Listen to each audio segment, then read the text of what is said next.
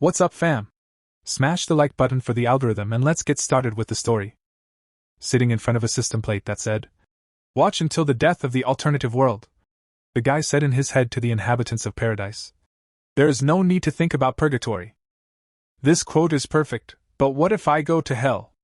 A person living in hell would dream of heaven every second." As he continued to watch the inscription in the system notification, the boy said, confused, "Watch it, watch it, watch it, watch it to the end. Watch it to the end." Feeling his brain start to go crazy, he said, "Why should I do this?" At one point, having reached the limit of fatigue, the boy lost consciousness and then heard a voice saying, "God, Shinhan and Insal, are you sleeping? I think Insal is very tired." Then thought Shinhan, "This person is calling me, right? My name is Shinhan." Continuing to hear the voice in his head telling him not to wake her up until they got home, and seeing past events, he mentally added the dream again to the night.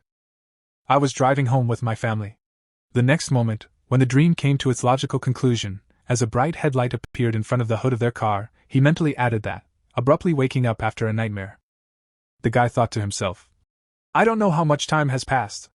I woke up alone and found myself here." Then I saw a light falling on a book. Picking up the object that stood out so brightly in front of him, Shernan thought, "I was given the origins of the divine martial art of cultivation by the book I found." Opening the book and starting to read the contents, Shinhan mentally added a message that said, "Read to the end if you want to go home. If I excel in everything, will I be able to return to the arms of my family?" Feeling how much he was exhausted by reading this book to the end, the guy mentally said, "I can't do it anymore." Then a notification appeared in front of him. "Congratulations. You have completed the training." He woke up abruptly when he saw that what he was supposed to watch to the end was finally over. He shed a tear and said, "I did it! It's going to be over soon. Dad. Mom. Insal." Except he realized it only when the door opened. The place he reached wasn't the end of the world, it was just the beginning. Kneeling on the rock, Shinhan said, "A lie? Where the hell is this?" Bending his head down and pounding his fist on the ground, the guy exclaimed, "Why are you doing this to me? Isn't it enough? Why have I been doing this for 10 years?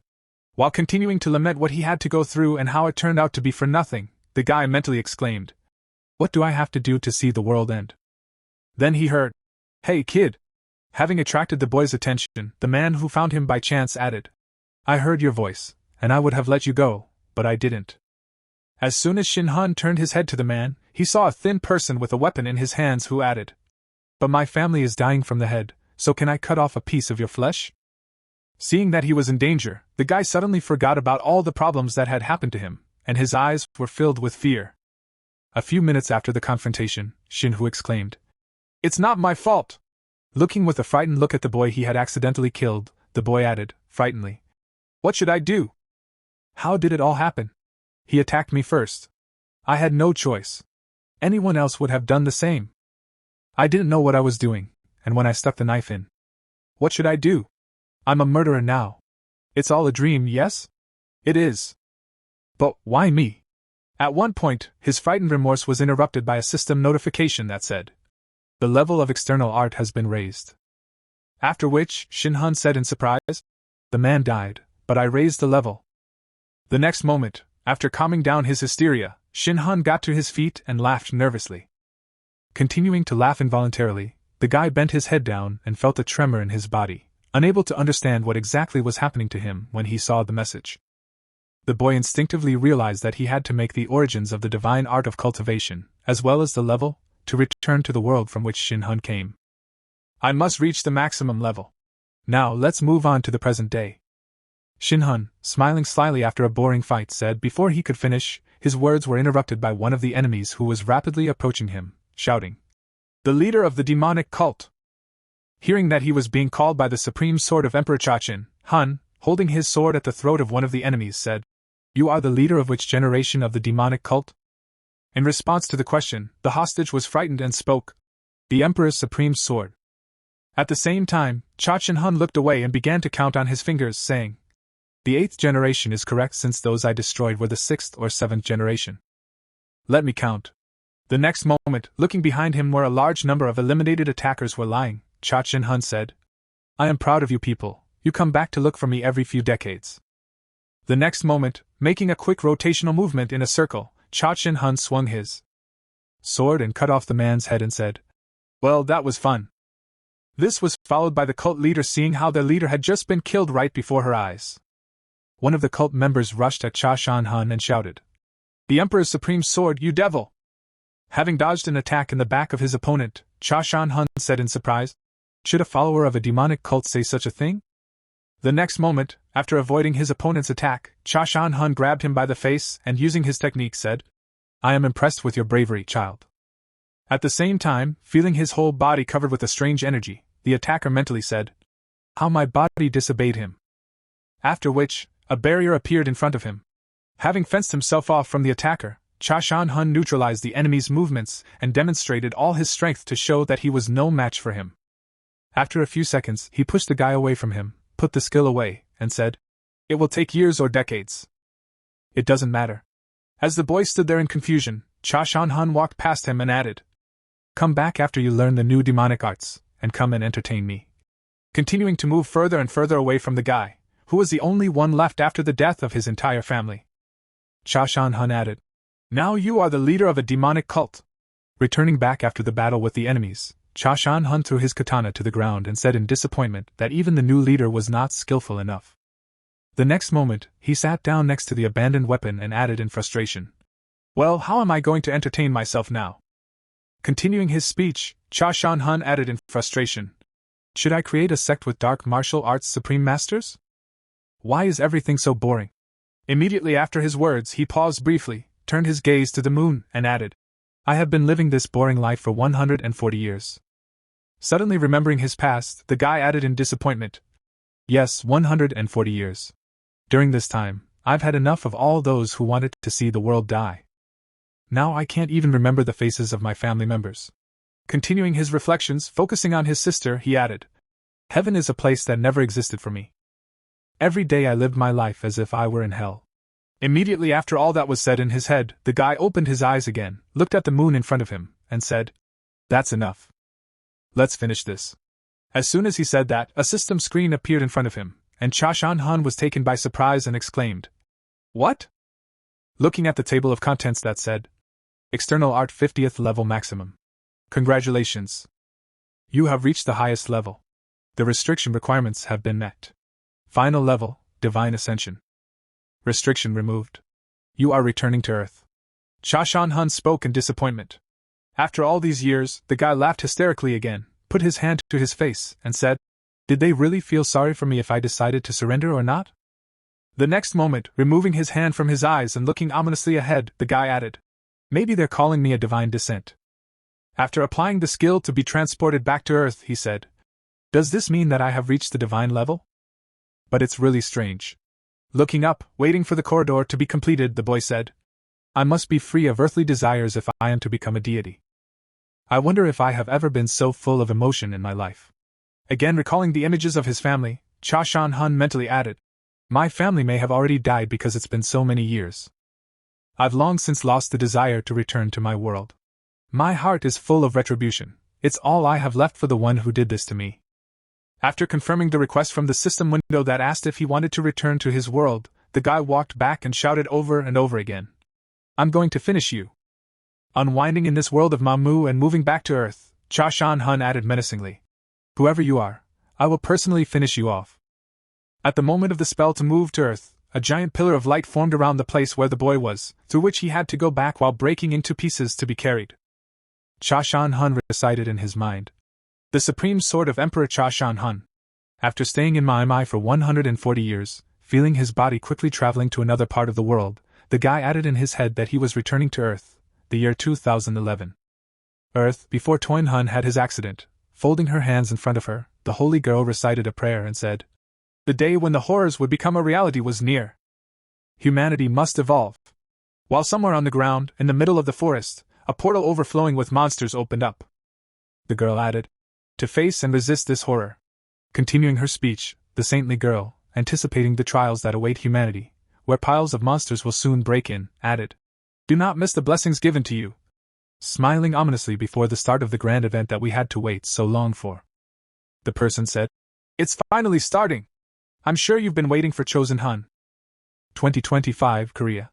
The Red Wolf Dungeon. A girl went hunting with her team and pulled her aunt's bow, preparing to shoot. At the same time, down below, a red wolf was chasing one of her comrades, and several other members of the herd were running behind him, aiming at the enemies who were following her comrade. The girl used the archer's skill of a decisive arrow and fired a shot. By shooting an arrow at the enemy, the girl killed all 4 wolves that were running after her friend in just one shot. The next moment, when she came downstairs, she shouted out a command to gather her comrades around her and heard the team leader, Cho In-sol, respond while approaching her friend, whom she had just rescued. The girl said, "I'm glad I'm not too late. Let's get out of here as soon as possible," and was answered, as expected from a leader. Continuing the dialogue with the girl, the boy added, "Thank you very much."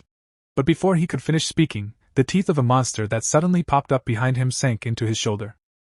Seeing that her friend had just been attacked by a monster, the girl shouted out in confusion, "No, Ben!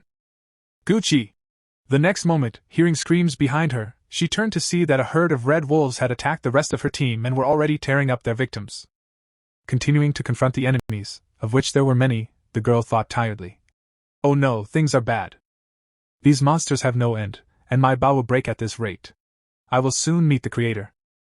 At one point during the confrontation with the enemies, she heard the stomping of feet and looked to the side to see a guy running away from the battlefield, trying to somehow bring back the fugitive who had betrayed everyone and started to save his life. The girl called out to Seo Junhun, not receiving any reaction from the coward. Cha In-sol heard the monsters growling behind her and quickly looked around, shouting at the annoying creatures, starting to pull the string of her bow again to resist the enemies.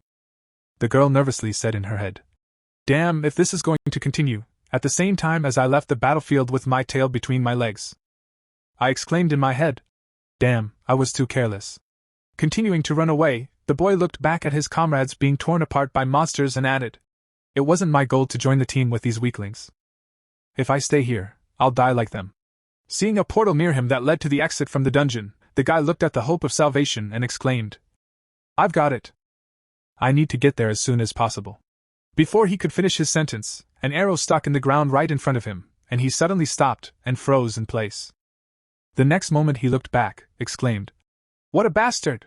and saw the team leader, Seo Junhun, speaking in front of him, holding her arm which had been injured in the battle with the monsters. Chain Seo angrily exclaimed, "You damn bastard! Where do you think you're going in such a hurry?"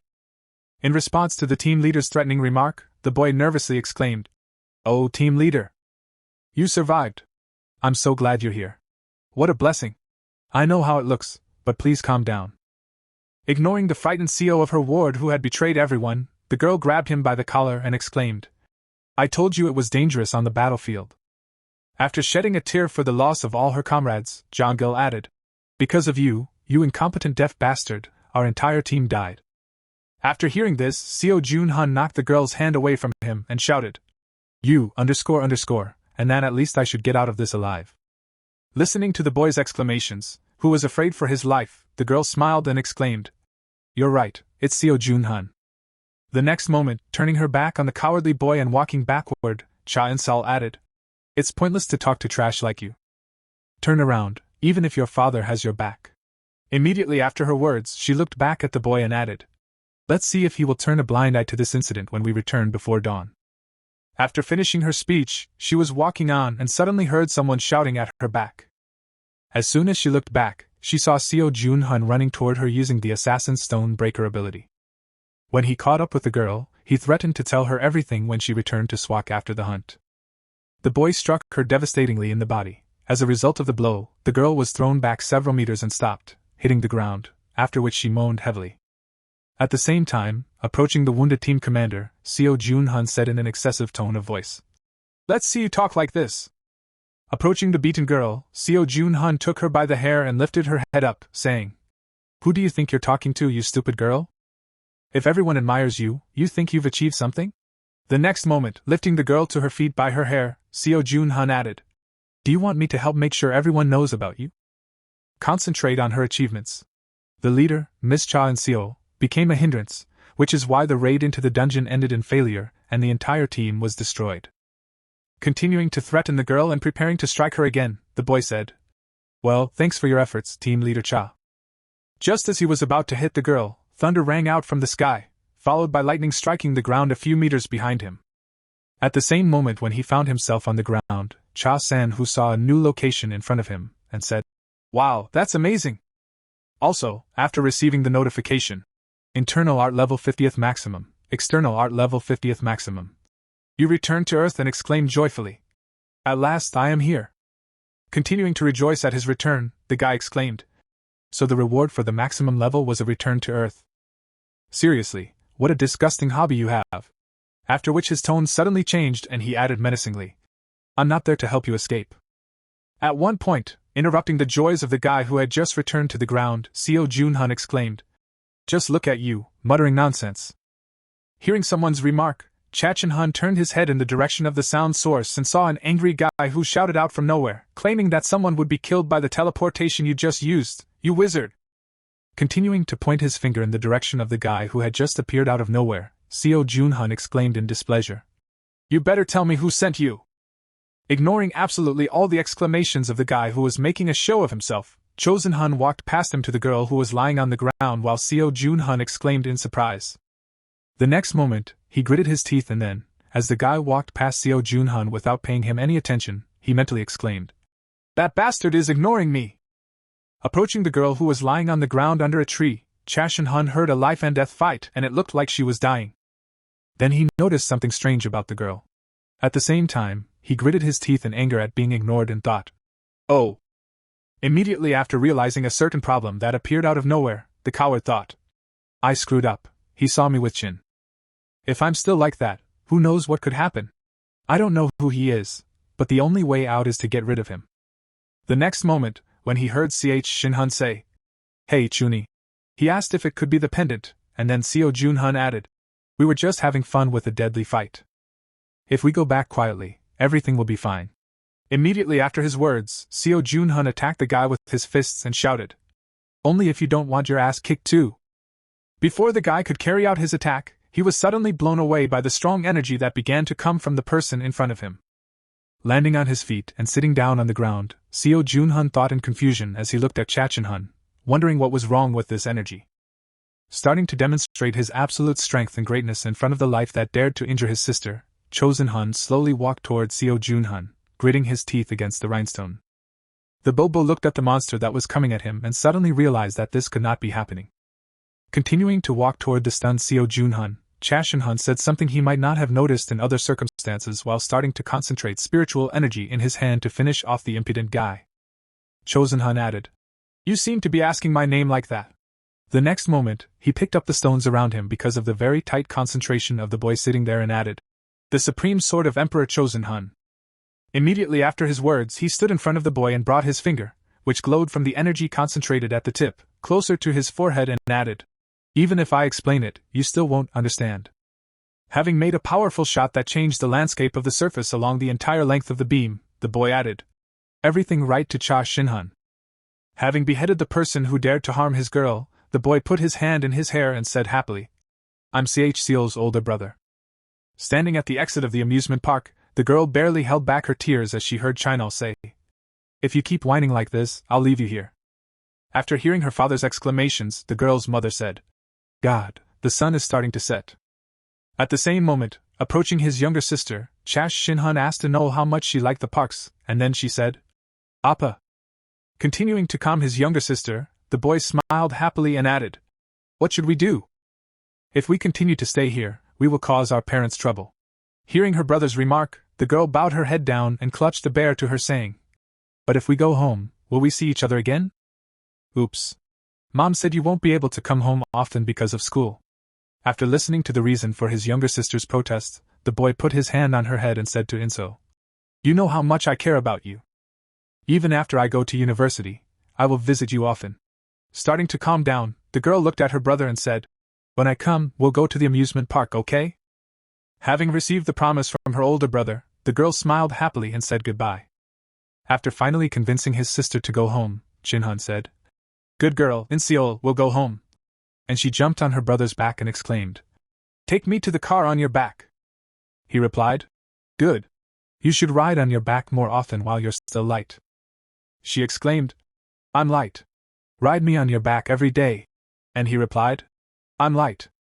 After a while on the way home, the car had an accident, and Chai Seo, feeling guilty about what happened, thought, it was my fault if I hadn't been so stubborn. Looking at her parents, who were in the front seats, the girl added that if she hadn't been so bothered by going to the amusement park, her parents would still be alive. The next moment, turning her head to the seat next to her and noticing that it was empty, the girl said in surprise, Allah! And mentally added, and my brother would not have disappeared either. At one point, after completing her recollections at the moment of loss of consciousness, she suddenly woke up. Trying to stand up, the girl leaned on her wounded arm and moaned heavily. Seeing this, Cha Shan-hun said, "Oh, you're awake. Even though I helped you with my skill, it will be difficult to move around for a while due to the serious wounds." Hearing the remark from the guy who had healed her, little Cha Andal asked, "Who are you?" And heard the answer, "I thought you wouldn't recognize me." Reaching out to the girl's hand, which was clutching a pendant with a photo inside, Chin-han said, "You've grown a lot. Now I can't carry you on my back, you've become too heavy." The next moment, taking the girl's hand and quickly calming her worries, the boy added in a gentle tone, "And so much matured." When she heard what Cha In-so's boyfriend had just told her, she was surprised to think that it couldn't be true. It was simply impossible. The next moment, she suddenly remembered the moment when her older brother handed her the pendant and said it was a gift. Opening the pendant, which had a photo of their family together inside, Cha Shan-hun added, "Be brave, even when I'm far away." To Anol, suddenly bursting into tears after she realized who it was that was standing in front of her. The girl added, "Where have you been all this time?" Hugging his younger sister, who began to cry after a long separation, Chosen-hun said, "Yes, I know it was very hard for you."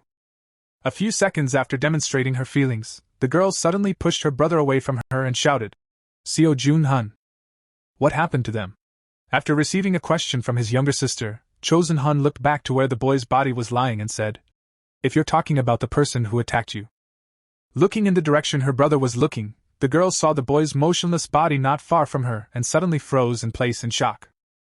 A little while later, when she came to, the girl exclaimed, "You killed him! You killed him!" To which Chan-hun replied, "Yes, and what's the problem?" When she heard what happened to Seo Jun-hun, she suddenly grabbed her brother's hand and pulled him along, saying that they needed to run away as fast as possible. After a while, arriving at his apartment, while the girl was thinking about what to do next, the guy looked around and said in surprise, "I haven't been home for years, everything is still the same." The next moment, breaking her silence, the girl bowed her head down and said, "We have big problems. Director Suk Kong-jin will come for us." After which Cha Shin-hun asked, "Suk Kong-jin?" In surprise, realizing that the boy was unaware of this person. Chaein Seol, the director of the Dong Guild and the father of Seo Jun-hun, said that he used to be a member of a criminal gang and that his cruelty and ruthlessness were notorious. Continuing to mention the man who could make their lives terrible, she added that he is also one of the 11 high-ranking hunters in Korea. She looked at the time on her phone and spoke nervously. "Fainting! It's been a long time since I was supposed to report the situation. Seo Kong-jin must have learned about his son's death by now, and he will suspect me if I'm the only one who survived." Hearing his younger sister's words, Chosen-hun suddenly asked, "What was bothering you?" And then she turned her gaze sharply to him. The next moment, throwing his hand on his head and ruffling his hair, the boy added, "If it's so hard, I can just finish off Suk Kong-jin immediately." After her words, the girl began to stretch her elder brother's cheeks and heard, "The supreme sword of the emperor." To which she replied, "Offer me something more realistic." After punishing her brother, the girl began to rub her hands together and added, "Firstly, Seo Kong-jin is above the 50th level. He is not just holding the position of the leader." After which Cha Shin-hun thought, "A level?" The next moment, after she said that, the girl angrily shouted out for a second time, "This nickname, the terrible supreme sword of the emperor. Who the hell uses such a name? And what is with your manner of speech that has returned 14 years after disappearing? And why do you have a pronounced egress syndrome?" Hearing Chosen-hun's sister scolding, he thought it seemed to bother her a lot. Then the girl grabbed her head and exclaimed, "I don't know anymore. My parents are dead, my brother is gone. Do you even realize how hard it was for me until now?" Having calmed down a bit, the girl stopped her hysteria and exclaimed, "Where have you been until now?" The next moment, she saw Cha Shin-hun walk over to the picture of their family hanging on the wall and look at it closely. Immediately after viewing the painting, Chosen-hyun turned to his sister and said, "It's clear our parents are dead." The next moment, turning his gaze to his sister who was standing behind him, Shin-hyun said, So you say I have a strange way of speaking? Starting to answer the questions, the boy added, all this time I was in a place called Murim. The reason is quite confusing. I need to understand what is happening, and much more. The next moment, the boy began to bombard the girl with questions, adding who the hunters were, what kind of guild they were, and that this world also had a concept of levels. Grabbing her head after a bunch of questions that fell on her, the girl suddenly said, No, wait! My head is going to explode. Immediately after her words, heading for the exit, the girl added, Let's discuss the details a little later. First, I need to deal with some urgent matters. Then I asked, Where are you going? In response to her brother's question, the girl showed him the car keys and said, Wait for me here, I'll be back soon. After closing the door behind the girl, Chain Hun walked around the apartment for a while and went to his room and said, Nothing has changed, it's as if I had been here only yesterday. The next moment, remembering the exclamation of his younger sister, who had angrily emphasized this horrible nickname, he mentally said, You have become so strong on your own during this time. Sighing heavily after his reflections and walking out of his room, the boy said, I need to become the good big brother I couldn't be all this time. As he continued to wander around the apartment, Chain Hun thoughtfully said, First of all, was it Suk Kang Jin, or should I look for him first? He then heard a sudden noise from the entrance. Turning his head in the direction of the front door, Chain Hun saw 3 thugs kicking it out of the curtains, one of them shouting menacingly, Where is she? When he saw what the invaders had just done to his apartment, Chain Hun said, You bastards! Continuing to stand at the entrance to prevent the boy from escaping, the director of the Dawn Guild, Seo Kong Jin, spoke again to Chain Hun. At the same time, upon arriving at the headquarters of the second-generation South Korean Guild Dawn, Chain Sol mentally said, I immediately came here. But feeling somewhat nervous about her delay in reporting, she mentally added, Has Suk Kong Jin already made his move? What if I'm caught when I enter the building? Standing near her car, she continued to think, wondering, Who could I ask for help from? When her thoughts were interrupted by the voice of Miss In Sol, who spoke in surprise. Looking back from where she was called, she saw Lai, the deputy leader of the Dawn Guild, who added, What brings you here at this hour? Hearing the girl's voice, Chain Sol froze in place with nervousness. I thought you were going to go on a raid with Ko Jun Hun's team. Did something happen? Hearing the question from Deputy Leader In Seoul, Deputy Leader Lee Ji-hai mentally said, She is one of the 4 strongest hunters in South Korea, known for her steadfastness and sense of justice.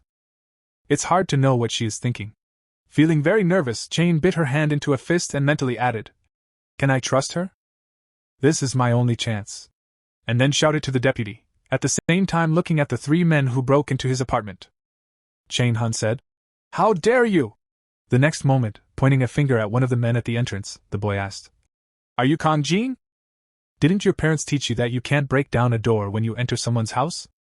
He replied, What we should have done was knock politely, like we came to a house party. Angry at the behavior of the boy they met in Chain Sol's apartment, one of the guild leader's henchmen shouted out, You idiot! Who the hell are you? After which Seo Kong Jin put his hand on his subject's shoulder and spoke more quietly. After calming his subject, the man turned his head to the guy in the apartment and said, I don't care who you are. Where is Cha In Sol? In response to a question from the uninvited guest, Chain Hun said, The reason you're looking for her is probably because. Continuing his speech, Chain Hun added, If you're looking for your son's killer, it's me. After which, Suk Kong Jin suddenly blushed with rage. Seeing the man's reaction to the words he had just spoken, Chain Hun smiled slightly and said that this was exactly how it should be. The next moment, when the leader of the Dawn clan rushed at Chain Hun with his sword, he also prepared his technique for use and exclaimed, Come on, show me how good you are. At the same time, after hearing the girl's story, Lai Hai said in surprise, Your older brother, who came back from Mirim, is called Chain Hun, and I have to meet him right now. Continuing the battle with the leader of the Dawn clan, Chain Hun mentally said, His sword was imbued with some mysterious power. The aura and energy of the sword were similar. But trying to figure out what his opponent was using, the boy mentally added a different origin to the bottom of the list, and this is the ability of the so-called hunter In Seoul was talking about. The next moment, remembering the first guy he had met in the dungeon while rescuing Chain Hun's sister, he mentally added, That guy, Seo Jun Hun, also used a strange power. Immediately after completing his thoughts, Chain Hun smiled slightly and said, This is worthy of study. At the same moment, Seo Kong Jin used the warrior's ability to strike in a sequence in a short period of time, approached his opponent, and prepared to attack. At the moment of the strike, Chain Hun Hun easily blocked his opponent's sword, and a steady ringing sound was heard from the collision of the weapon and Cha Shin Hun's body. Looking at my enemy, who looked embarrassed, Chosen Hun said, I realize his level corresponds to the peak level of martial arts. To be honest, I am impressed. At the same time, looking at the hand of the guy who blocked his punch, Suk Kong Jin thought it was crazy to block the attack with his bare hand, and right now he is pushing me back. The next moment, looking into his opponent's eyes and smiling slightly, Chosen Hun said, So, there are 10,000 people like you in Korea. At the same moment, a couple of the wards jumped on the guy from behind to help their leader and shouted out to Director Ku. Noticing the attack from behind, Chosen Hyun thwarted the attacker's intentions, waved his hand, and said, Do not interfere.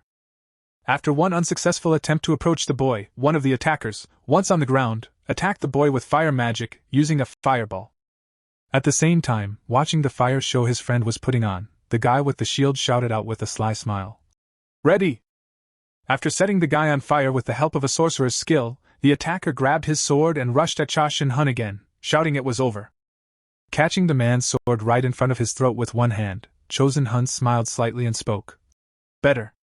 The next moment, clutching the sword blade in his hand, which shattered into small pieces, the boy added with a sinister smile, Than I expected.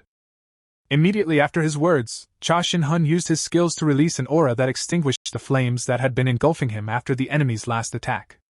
When he saw that his attack failed, the man stepped back and said in confusion in his head, What was wrong with this bastard? Continuing to look at the absolutely calm guy who was dusting off his clothes, the attacker mentally added, Who is he? When Cha Shin Hun finished cleaning up the garbage, he looked at the calendar and thought, I've only been away for 14 years. The next moment, he turned his attention to the enemies who had invaded his apartment, and mentally raised the level of all three of them in the martial arts to a level that required not only technique and thousands of years of experience, but also purely innate talent. Continuing to marvel at the skills of the people in this world, Cha Shin Hun thought, Humanity has reached the level of the Mamu people in just 14 years. There are enough Jews in this world whose martial arts skills are at their peak. Continuing to marvel at the skills of the people from the earth, Cha Shin Hun remembered the Muru masters and mentally added, I'm just amazed at this, but none of the lower-level martial artists have reached the level of the top 10 martial artists. Having met 10 martial artists in Mamu in the past, Cha Shin Hun asked with a sly smile if there were rumors that his Django rating was higher than mine. Deciding to test himself and show who the true master is in this world, the guy added, Well, in that case, I will reach the top and create my own rating, provoking a simultaneous attack by all 10 martial artists. As a result of the duel, having defeated all 10, Cha Shin Hun, as promised, took the highest level of skill and remained the strongest in Mamu.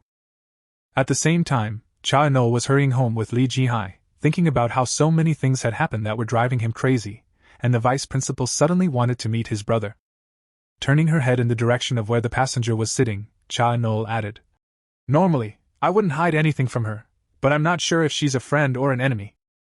After Li Jihai heard her brother's name, she immediately said, Arrange a meeting with Chosen Hun, and in exchange, I will help you hush up the case of the leader, Seo Jun Hun.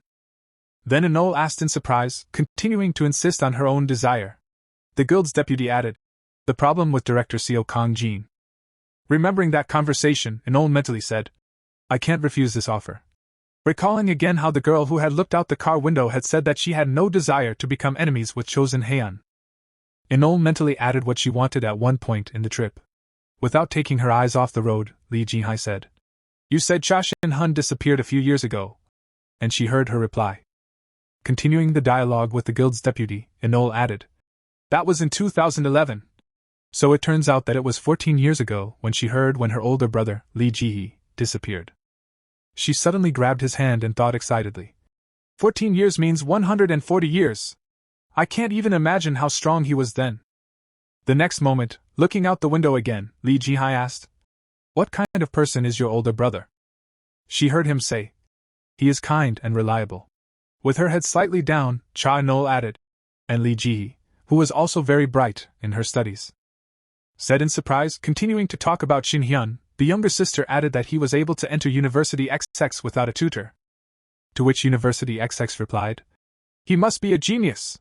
After receiving a remark from the clan's deputy, Inol added, He was smart, but the most important thing is that his brother is incredibly persistent and stubborn, and he always brings his endeavors to completion. At the same time, standing in his apartment where 3 robbers had broken in, Cha Shin-hun. Hun pointed his finger at the magician and said, "Hey you!" while another attacker was approaching him from behind. Shin-hun calmly added, "You have a power I've never heard of or seen in Manhwa before and a strange energy. Try using it again." The next moment, putting out his hand, which his opponent eventually crashed into, Cha Shin-hun said, "Don't bother me, I'm not interested in you." After hearing a request from a guy who was interested in him, the magician began to create magic circles and apply ice magic. As soon as the ice fragments flew in his direction, breaking when they hit the barrier, Shin-hun said, "I've seen a million of these tricks in the ice palace of the North Sea." Immediately after his words, raising his hand and using his ice magic technique, Cho Shin-hun spoke. The ice palace, immediately after the application, created a dragon made of ice with 5 heads, which appeared right in front of the enemy. When his ice sculpture froze an enemy who was demonstrating his abilities, Shin-hun added, "Something like this." Seeing what had just happened to his friend, one of the attackers, who was playing the role of a defender, ran to the exit shouting, "Let me live!" Before he could get far, he ran into a transparent wall that did not allow him to go any further, and then he screamed in fright that the hyenin barrier was blocking the exit.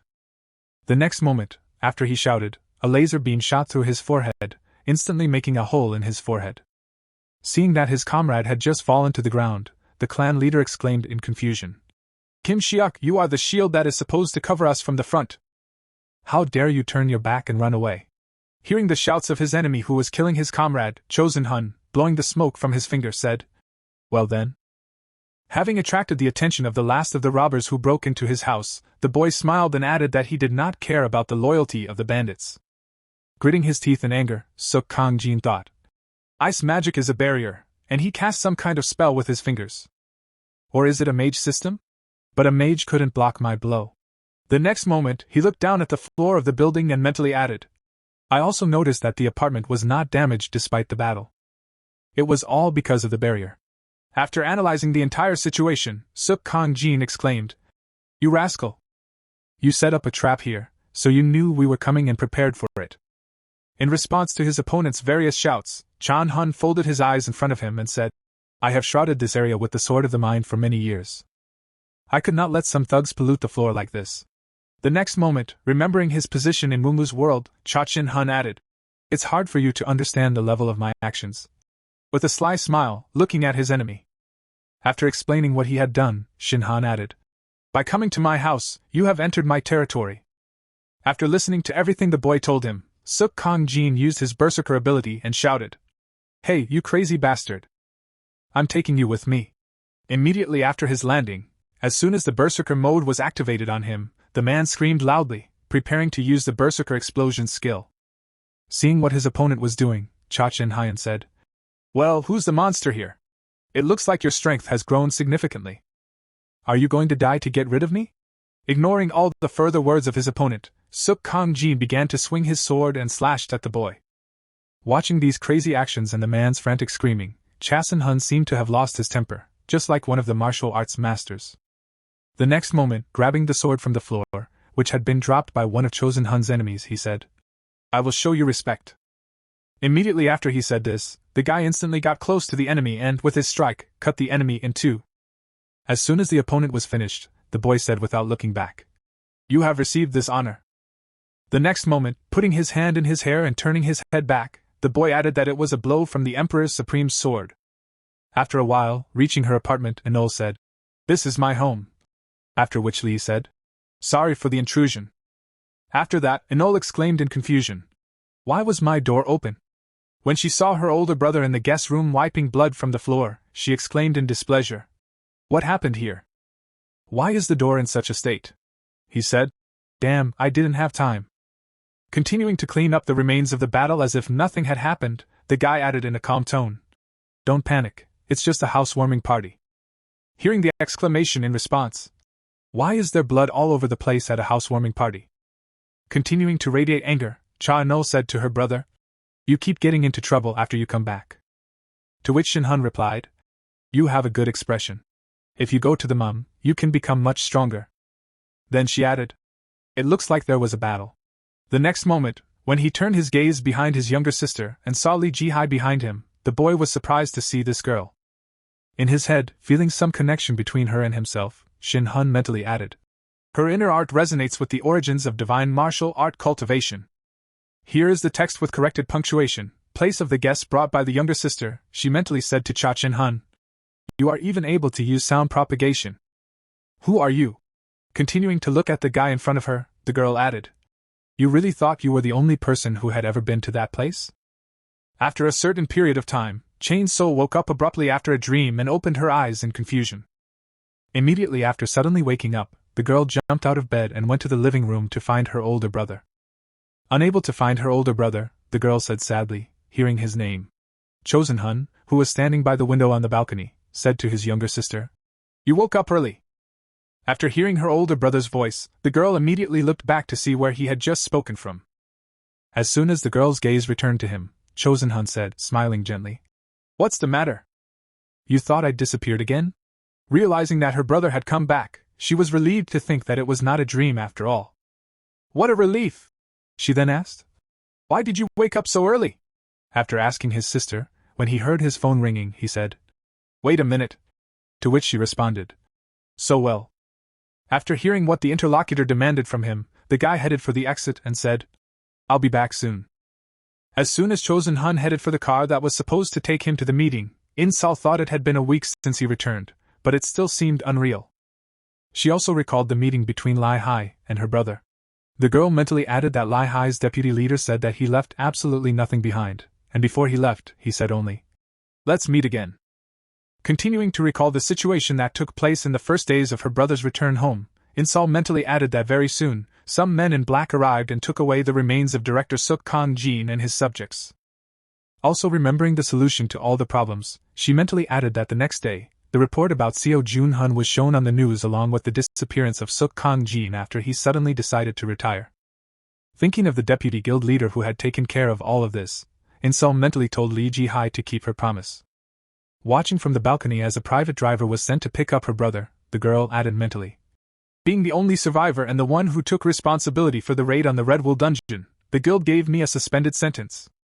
As she continued to think about the latest developments, In-Sol added, Today Lai called her brother. And then said to Lai, What are you up to? As soon as Cha and Hyun got into the car sent for him by the guild's deputy leader, the girl added, I hope you'll be back soon, brother. At that time, somewhere in a cafe serving various flavors of hot drinks, Lee Ji-hai was sitting, waiting for her boyfriend to come. At one point, as she was reaching for her teacup, she suddenly heard a question addressed to her. You seem to have nothing to do. Continuing to express his dissatisfaction with what his life had become, Chosen Hun added, If you put me under round-the-clock surveillance. Hearing the remark, the girl happily said, Hey, you can see it, but this is not surveillance, this is security. And Shin Hun replied, I thought so. Immediately after his words, as soon as the guy sat comfortably in a free seat and took one sip of tea, he said this in surprise. Seeing the guy's reaction to the drink she ordered, Lai said, It looks like you know about Zhongshan Ningjin. I often stop at Honam to have a cup of tea like I used to in Murim. Hearing the sly tone of the girl, who unwittingly hinted at what the conversation would be about, Chosen Hun said, Immediately got down to business. I like it. Continuing the conversation with her boyfriend, Lee Ji-hai put the drink on the table and added that it was confirmed that 3 people had returned from Mamu, Mr. Cha Chin Hun and myself. Also mentioning a third person who returned from Mamu, the girl added, The leader of the Twilight Guild, Park Taein, a guild in conjunction with the Dawn, runs the Korean Hunters Association. At the moment, there is discord and enmity between them. But continuing her story, Lai said that long ago, after studying Park Taein's history, some data came to light. Recalling the story of the girl who got to the masses, he added that one day in 2011, he opened his eyes in a strange cave. Telling the story from the news reports, Lai spoke from the book of the Divine Martial Arts Cultivator Origins lying next to her. Telling the story of what happened to all those who disappeared from this world, Lee Ji-hai added that when he left the cave, he found himself in a world known as Morm. After telling the news to the public, the girl added, The same thing that you, me, and Park Tan experienced, correctly? After listening to the story, which seemed to be written from him, Cha Chin Hun, recalling all those inscriptions when he appeared in the other world, said, Yes, everything was true. After receiving an affirmative answer, Lai Hai said, You returned to your world after a long time, and this world was already in the era of hunters and dungeons. Duty or a cruel joke of higher powers? We do not know. But the fact that this world was turned upside down and our journey to Mamu are definitely connected. After listening to everything the girl told him, the boy, without saying a word, just kept looking at her and then asked, "How much do you know about hunters and dungeons?" After receiving the question from the girl, Shinhai began to recall the information he knew and mentally said, "The dungeons, hunters, and monsters began to appear when the revelation of the goddess came down 14 years ago." Continuing his story about learning about this world, the boy added, "A system of classes and abilities, not very different from the RPG games we played as children. But more importantly, I want to ask about something." Suddenly interrupting his story, the guy added, "How did you and Park Tun get back to Earth?" Or maybe he didn't have time to finish, and the girl said in surprise, "We came back after we died." Immediately after she answered, the girl exclaimed in surprise, "Didn't you come back the same way as Cha Chin Hyen?" Immediately after she said that, she noticed that the guy was getting very angry and nervously asked, "What happened?" Clutching the cup of tea in his hand, which had already begun to fill with cracks, Cha Chin Hun mentally said, "I was told to witness the destruction of that world, that was the condition." Smiling ominously, the angry boy added, "I'm just amazed. I wonder who that goddess is." Also remembering one moment of what he had experienced in the other world, he mentally added, "Whether she knew who sent me to Murim and for what reason." Continuing his reflections, the guy mentally added that the reward for reaching the maximum level in martial arts is returning to Earth, and there should be a reward for reaching the maximum level of a hunter. Having completed his thoughts, Shinhan, having reached the truth, confidently said, "This reward should be the answer to my question, unless, of course, she wants to lose the dignity of a goddess like this." At the same time, Li Gaihai just silently watched the strange behavior of the boy, whose range of emotions was rapidly changing. Having finished all his thoughts, Shinhan turned his head to the girl in front of him and said, "Now maybe you can tell me the reason you called me, because there is something you want so badly." She exhaled nervously after receiving the question, and after a short pause said, "Maybe we should go for a walk." Once in the open-air garden, the girl said, "The Dawn Guild opposed Park Ti-hun, that is the Twilight Guild. We were careful in confronting them in situations where we did not know what could go wrong, that is, until the death of a member of the directors Seo Kong-jin." The next moment, after completing the narration of the basic situation, the girl looked back and added, "You must take responsibility for eliminating him and destroying the main force of the Dawn Guild." Stopping in her tracks and looking at the guy in front of her, Li Gai added, "Please join the Cha Chin Hun Sian Guild. I'm offering you the position of executive director and also promising incredible fame and fortune.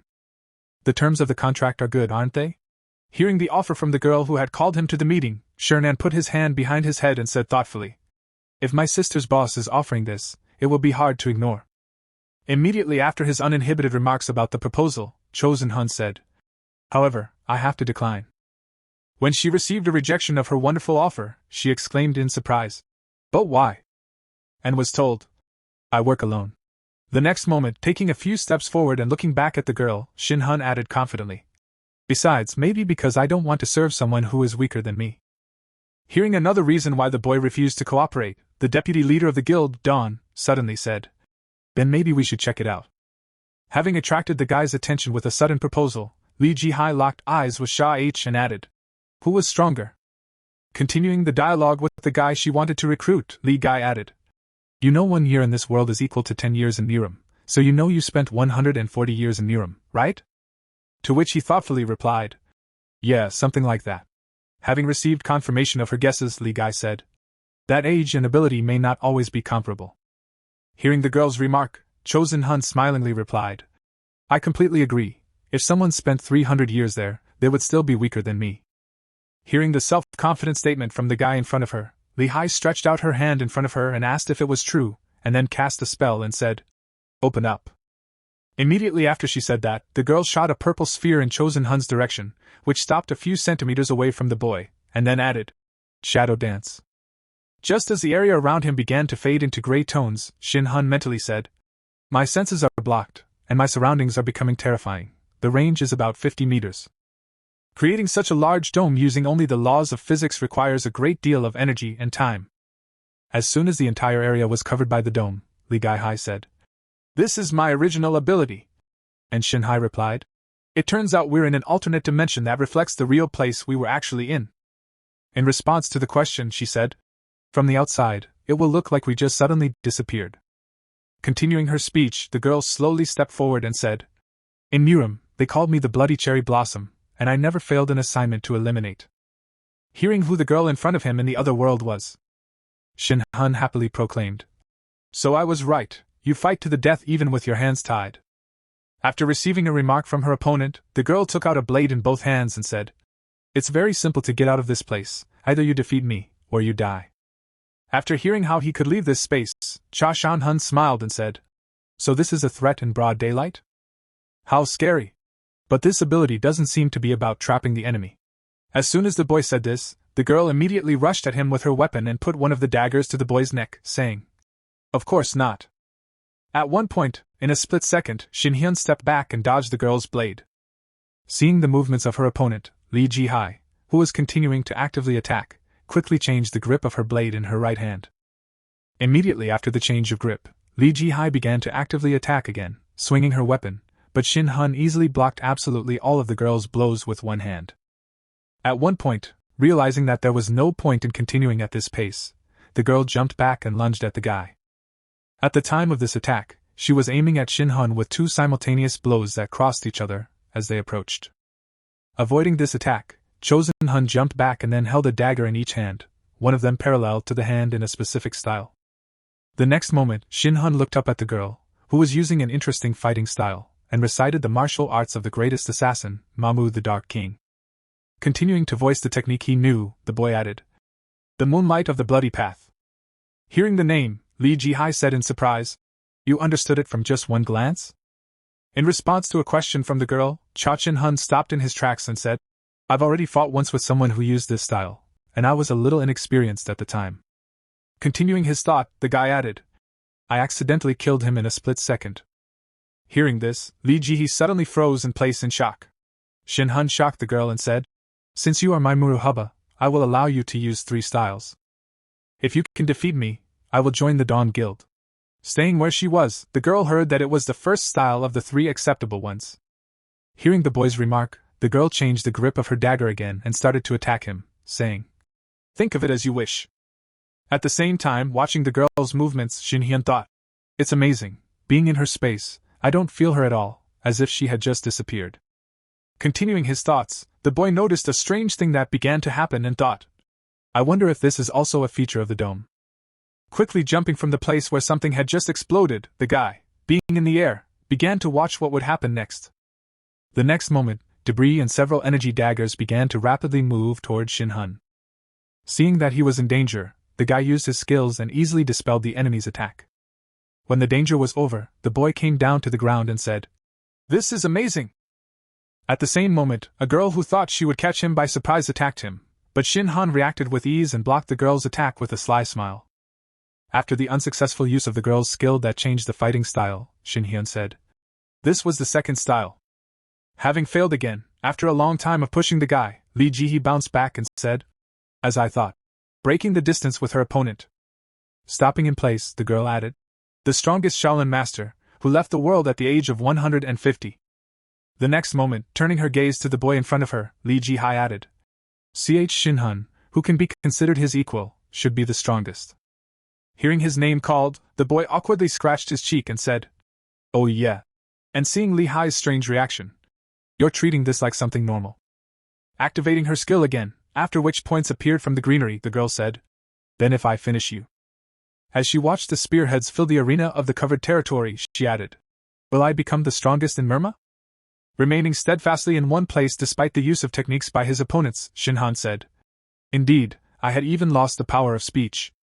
The next moment, spreading her arms in front of her, Lee Hai used her technique to speak a shadow dagger. As soon as all the preparations were completed, she pointed all the shadow daggers created by her technique at Shin Hyun. He continued to stand there, raising his head up and simply watching the shadowy daggers that were coming at him. The next moment, when the attack was about to reach him, Chosen Hun spoke, using his sword of the mind technique. As a result of the use of his technique, a powerful explosion occurred, which instantly destroyed all the shadow blades of the girl's dagger. Squinting her eyes and crossing her arms in front of her to avoid a sudden attack, she did not notice a large rock flying at her. At the moment when the huge boulder was about to demolish her, she thought in her head, "My body is not listening to me." Realizing that she could not escape and avoid this fate, Lee Hai closed her eyes and tensed her whole body, mentally adding, I feel like something is holding me. The next moment she heard the sound of a thud and opened her eyes to see Shinhan smashing a giant rock flying at her with one hand. After demonstrating his strength and saving the girl from serious injury, the boy said, "The third style, it's over." Immediately after his words, looking into the eyes of the confused girl, Shinhan smiled and said, "Well, do you want to continue?" To which she replied, feeling a shiver throughout her body, "No, I lost." Removing her dome and returning to reality, Li Hai looked at the boy and said, "I will no longer ask for a battle, but in exchange, answer one question." Holding her wounded arm, the girl said in confusion, "What have you done?" For 1 second, I thought I was fighting a creature I could not resist. Hearing the question from the girl, Shihan sat down on the grass and said, "You were right in your self-confidence. Fighting in this space, your strength grows so much that it is enough to finish off an enemy stronger than you." After receiving the boy's remark, Li Gihai continued to look at him with a nervous look and asked him, "Tell me, what reality have you achieved?" Continuing to ignore the girl's question, Shinhan said, "The effect of the martial arts combination and abilities was impressive. I enjoyed the battle, and that's why." While the girl was hiding her daggers back in the spatial vault, Shihan added, "I accept your offer." Which said that Dawn would provide material support and information, and I would support the guild with my strength. Continuing his speech, the guy held up an extended finger in front of him, and added, "But I will do it as a freelancer, not as a partner of Dawn." Expressing his proposals, the young man added, "You can consider it an alliance. Not that I don't want to help, but I just don't want to be under anyone's authority." Accepting the conditions that Shihan had just announced, the girl said, "Okay, but then promise me something. No matter what happens, you will not join the Twilight Guild." When he heard what he had to promise the girl, the boy extended his hand to her and said, "I promise you, by the name of the Emperor's supreme sword." Shaking hands with the boy, Li Gi thought what a loud nickname she had heard, and then said, "Take off the surveillance. I put up with it because my sister worked for you, but I don't know what can happen now. You know what I mean." After receiving a remark from the guy with whom she made an alliance, Li Gihai said, "I told you before we wouldn't do anything that could spoil our relationship." To which Shihan replied, "Thank you for understanding." The next moment, he tore off a piece of cloth from his outerwear and handed it to the girl, saying he was sorry for what happened, to which she replied in surprise, "Are you handing me a clean cloth to bandage the wound?" Shihan said, "I teased you about the 3 styles and such. I wanted to compare the abilities of a master of measurement and a high-ranking hunter." Accepting the boyfriend's apology, Li Gihai said to Shinhan, "I appreciate your words, but it's okay. I was ready to fight you until the first death." To which he replied, "No wonder you were aiming for vital points." The next moment, after Shinhan's remark, he added, "But why did you choose to study the art of assassination out of all the possible options?" To which she answered curiously. Continuing to answer the question, the girl did not look away and added, "Have you ever felt a desperate desire to kill someone?" Having received the answer to his question, Shihan suddenly recalled the same signs that read when he entered Morm. "Do you wish to return? If so, then achieve the destruction of this world." Recalling what had annoyed him so much in the previous world, the boy said, "I understand your feelings because I think about it all the time." At the same time, not far from the place of the walk, a car with a personal driver was standing on the forest path, waiting for his lady to return. Seeing that the girl had finally arrived and the condition of the driver, the deputy leader exclaimed with concern, "Are you okay? It looks like you used a shadow dance." To which she replied, "I couldn't even scratch him with that." When the driver heard that the leader had failed to harm her opponent with the strongest technique, he exclaimed, "Unbelievable." After which Li Gihai added, "I thought he exceeded my expectations. I have critically low stamina, and I have completely used up my mana points." Immediately after her words, recalling the moment of her last attack, the girl mentally added, "But he never attacked me. I don't even know how he deflected my blades when he attacked." And then said, "It was just a crushing defeat." After hearing all that, the driver looked in the mirror at the girl and said, "Have you thought about sending Shinhan to the Sun Festival we hold at dusk?" After receiving the question from her driver, the girl folded her hands in front of her and said, "We need Shinhan to stop Park Than in his guild." Immediately after her words, the girl recalled the moment when the man in front of whom she was kneeling said in an ominous voice, "To GH, come along. We must follow his will." Smiling slightly and extending his hand to the girl, the man added, "I am the god of the heavenly battle." Having finished recalling this moment, the girl folded her arms in front of her and said, "We will be doomed if we lose Shinhan." Sometime after the dialogue with Li Gihai ended, the boy crossed the threshold of his house and said, "I'm home." But before he could finish, his sister threw herself into his arms, unable to understand his younger sister's strange behavior. Cha Shan Yen asked insolently why she was so suddenly like that. Trying to somehow loosen the girl's grip, the boy asked her if she was going to break him, to which she replied menacingly, "Shut up." Suddenly changing her aggression to calmness, the girl bowed her head down and said, "Don't go away from me anymore, don't do anything dangerous, and be good at home." While persuading her older brother not to do anything that would cause her anxiety, Shihan looked at the girl and said, "I'm afraid that Oppa will disappear again." After listening to all the persuasions of his younger sister, Cha Shin-han put his hand on the girl's head and said, "I understand you." But Insal, having attracted the attention of the girl who had just persuaded him not to do anything dangerous, added, "I decided to become a hunter." Hearing what her older brother had decided for himself, the girl made a disgruntled expression and asked him if he wanted to die. After a while, the guy put a magic object on the table and said it was a mystical cube. Lee gave it to me, saying that with its help I could get a hunter status window. After which the girl said, "You're really stubborn." After receiving a remark from his sister, Shin Hyan took the mystical cube in his hands and said, "Well, let's get started." Then it shone brightly in his hands. A little surprised by the beautiful sight and seeing him suddenly drink in his hand, Shin Hyan asked if Li Gai-hai was a fraud, to which Insal replied that it was fine. Now try to call up the status window. Following his sister's advice, the boy spoke the words, "Status window," and then 2 yellow and blue windows with different characteristics appeared in front of him. Looking at one of them first, Shin Han mentally said, "This side of the window is Mamu's status, no one but me can see it, and it's real to this world." The next moment, turning his gaze to the blue window, the boy mentally added, "A hunter status window on this side." Then looking behind his brother at the status window, Insal said, "Watch what class appears." Seeing that her older brother had no class, the girl exclaimed, "As I expected, the path of the OPA is not like the path of other hunters. If so, let's start from the beginning." After which he asked in surprise, "What? But why start the training from the beginning?" Insal said, "I've said before that hunters are divided into 6 classes: warriors, defenders, mages, priests, archers, and assassins. Of course, if you count the high-ranking classes, there are more, but these 6 are the main classes of hunters." Continuing her story, the girl folded her arms in front of her and confidently added, "For example, I am an archer, but my high-ranking class is a SN sniper. Everyone starts with a basic class and cannot change it or remove it." The next moment, pointing a finger at her older brother, the girl added, "But Oppa, without class means you didn't get class, you're just an ordinary person." Continuing to frustrate her brother with stories, Insal added, "Of course, people without class can also become hunters, but the problem is in the ability." And then thought, "I should say this so that the opponent would give up the idea and give up." After these thoughts, the girl added that the hunter needs to get experience points to level up and fight monsters. You can only fight with abilities getting experience points for it. Continuing her story, Insal added that, unlike hunters of 6 classes, a hunter without a class must gain an ability through a cube skill. Immediately after mentioning the main lever that could discourage her brother from becoming a hunter, she added, "For example, the cheapest ability, hand-to-hand combat technique, costs 20 million won, sword technique, 25 million won." After which Shihan said, 20 million won. Continuing to talk about the structure of this world, the girl added that hunters with classes can automatically gain abilities by increasing their level, but hunters without a class can only constantly spend a fortune on it.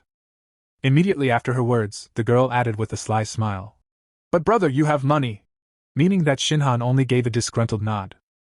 The next moment, remembering his rescuer, the guy joyfully exclaimed, "Li Ji-hai! I have a sponsor!" Li Ji-hai, and then Insal, who was already unhappy, told him not to be fooled, wiping the sweat from his face. After mentioning his sponsor, the boy mentally added, "If I hadn't made the alliance, I would have been in big trouble, but that's not the problem." The next moment after he said that, remembering his position in Mamu, the boy mentally added, "You mean to tell me that I am a genius who will never appear in Mamu history, but I am a talentless hunter? How annoying." After a while, Cha Shan-hai and her younger sister arrived at Mount Chayak of the Dawn Guild Training Dungeon, or in other words, the Rabbit Dungeon. Seeing an enemy near her, the girl pulled the string of her bow and shot at the rabbit, setting it on fire to destroy the monster. The next moment, looking back at her brother, she exclaimed, "You saw the Oppa!" To which he replied, "You should try your best to catch at least 1 hare." In response to her brother's remark, the girl looked at the disappearing rabbit and exclaimed, "You don't understand. Newcomers who think like opponents die immediately. And she said, "It can't be that this happened to me." But still, picking up the object left by the defeated enemy, Shihan said in surprise, "Moonstone, you say I can make money with this?" He heard that it was a natural resource that is not polluted and stores a lot of energy, which is why nuclear power plants slowly disappeared with the advent of monsters. Reaching behind her back for the next arrow, the girl added, "Be careful. In any case, even if the opponent says he is the strongest master or something like that, anything can happen in the dungeon." Before she could finish, the older brother, ignoring the girl's words, had already easily killed 4 monsters at once. Offended by the fact that he did not listen to her, the girl thought, "My words flew in one ear and out the other." After which Shihan said, as he thought, "I would not receive points of hunter experience using the martial arts status window."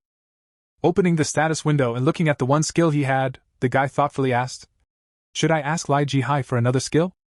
Hearing her brother's request and slamming him against the wall, the girl exclaimed, "You shameless bastard! Of course, you would want a free ability near the top of the training dungeon." To which Shihan replied, "It's a rarely effective ability." The next moment, looking at the swordsman's ability, the guy was surprised to hear that it was level D. Continuing to express her dissatisfaction, Anol said, "I don't know what kind of contract you signed, but Li Ji-hai, the deputy leader, is not an ordinary person, and she will definitely try to take everything from you." After finishing her thought, she turned her gaze to her brother, who looked rather wary, and said in surprise, reaching out her hand to him, "Why are you so sharp?" The next moment, grabbing his younger sister's hand and pulling her along, Chosen Hun said, "Let's go, there's a better place than this." When they arrived at the place her brother was talking about and saw the number of monsters, she exclaimed in amazement at how many there were. In response to his sister's surprise, Shinhan confidently said, "The exact number is 337. I calculated it before coming with my senses." Reaching for an arrow for her bow, the girl said, "But even so, there are too many for the beginner level." To which Shinhan replied, "Don't worry about such trifles." The next moment, when she saw her brother jump down to the pile of monster rabbits, she exclaimed, "What are you doing, Oppa?" Falling down into the pile of enemies to protest a little, the guy mentally said, "Shame, there is no such thing as shame." The next moment, recalling the time when his sister teased him about his lack of class and the skill he had learned from Lai Ji-hai, he mentally added, "Let's not give the ability to wield a D-level sword to someone who has reached the maximum level in the martial art of fencing." The next moment, taking his blade out of the sheath that was tied to his belt, the boy mentally added, "And turn me into an unimportant person without class." Immediately after his thoughts, using one of his techniques, Cha Shin-hun landed, destroying the ground beneath him. With this spectacular appearance, the boy was able to attract all the attention of the rabbit monsters. The next moment, Ino's disgruntled voice came from the mountain where he had jumped, and she exclaimed, "Cha Shin-hun, you jerk!" "I almost fell off," he replied. "Stop being angry. I'm thinking about how to cook these animals." Just before the battle began, Shin-hun saw dozens of system plates suddenly pop up in front of him, and wondered what they were. After reading the contents of these signs, the guy waved his sword and cut one of them, exclaiming, "The system is trying to teach me."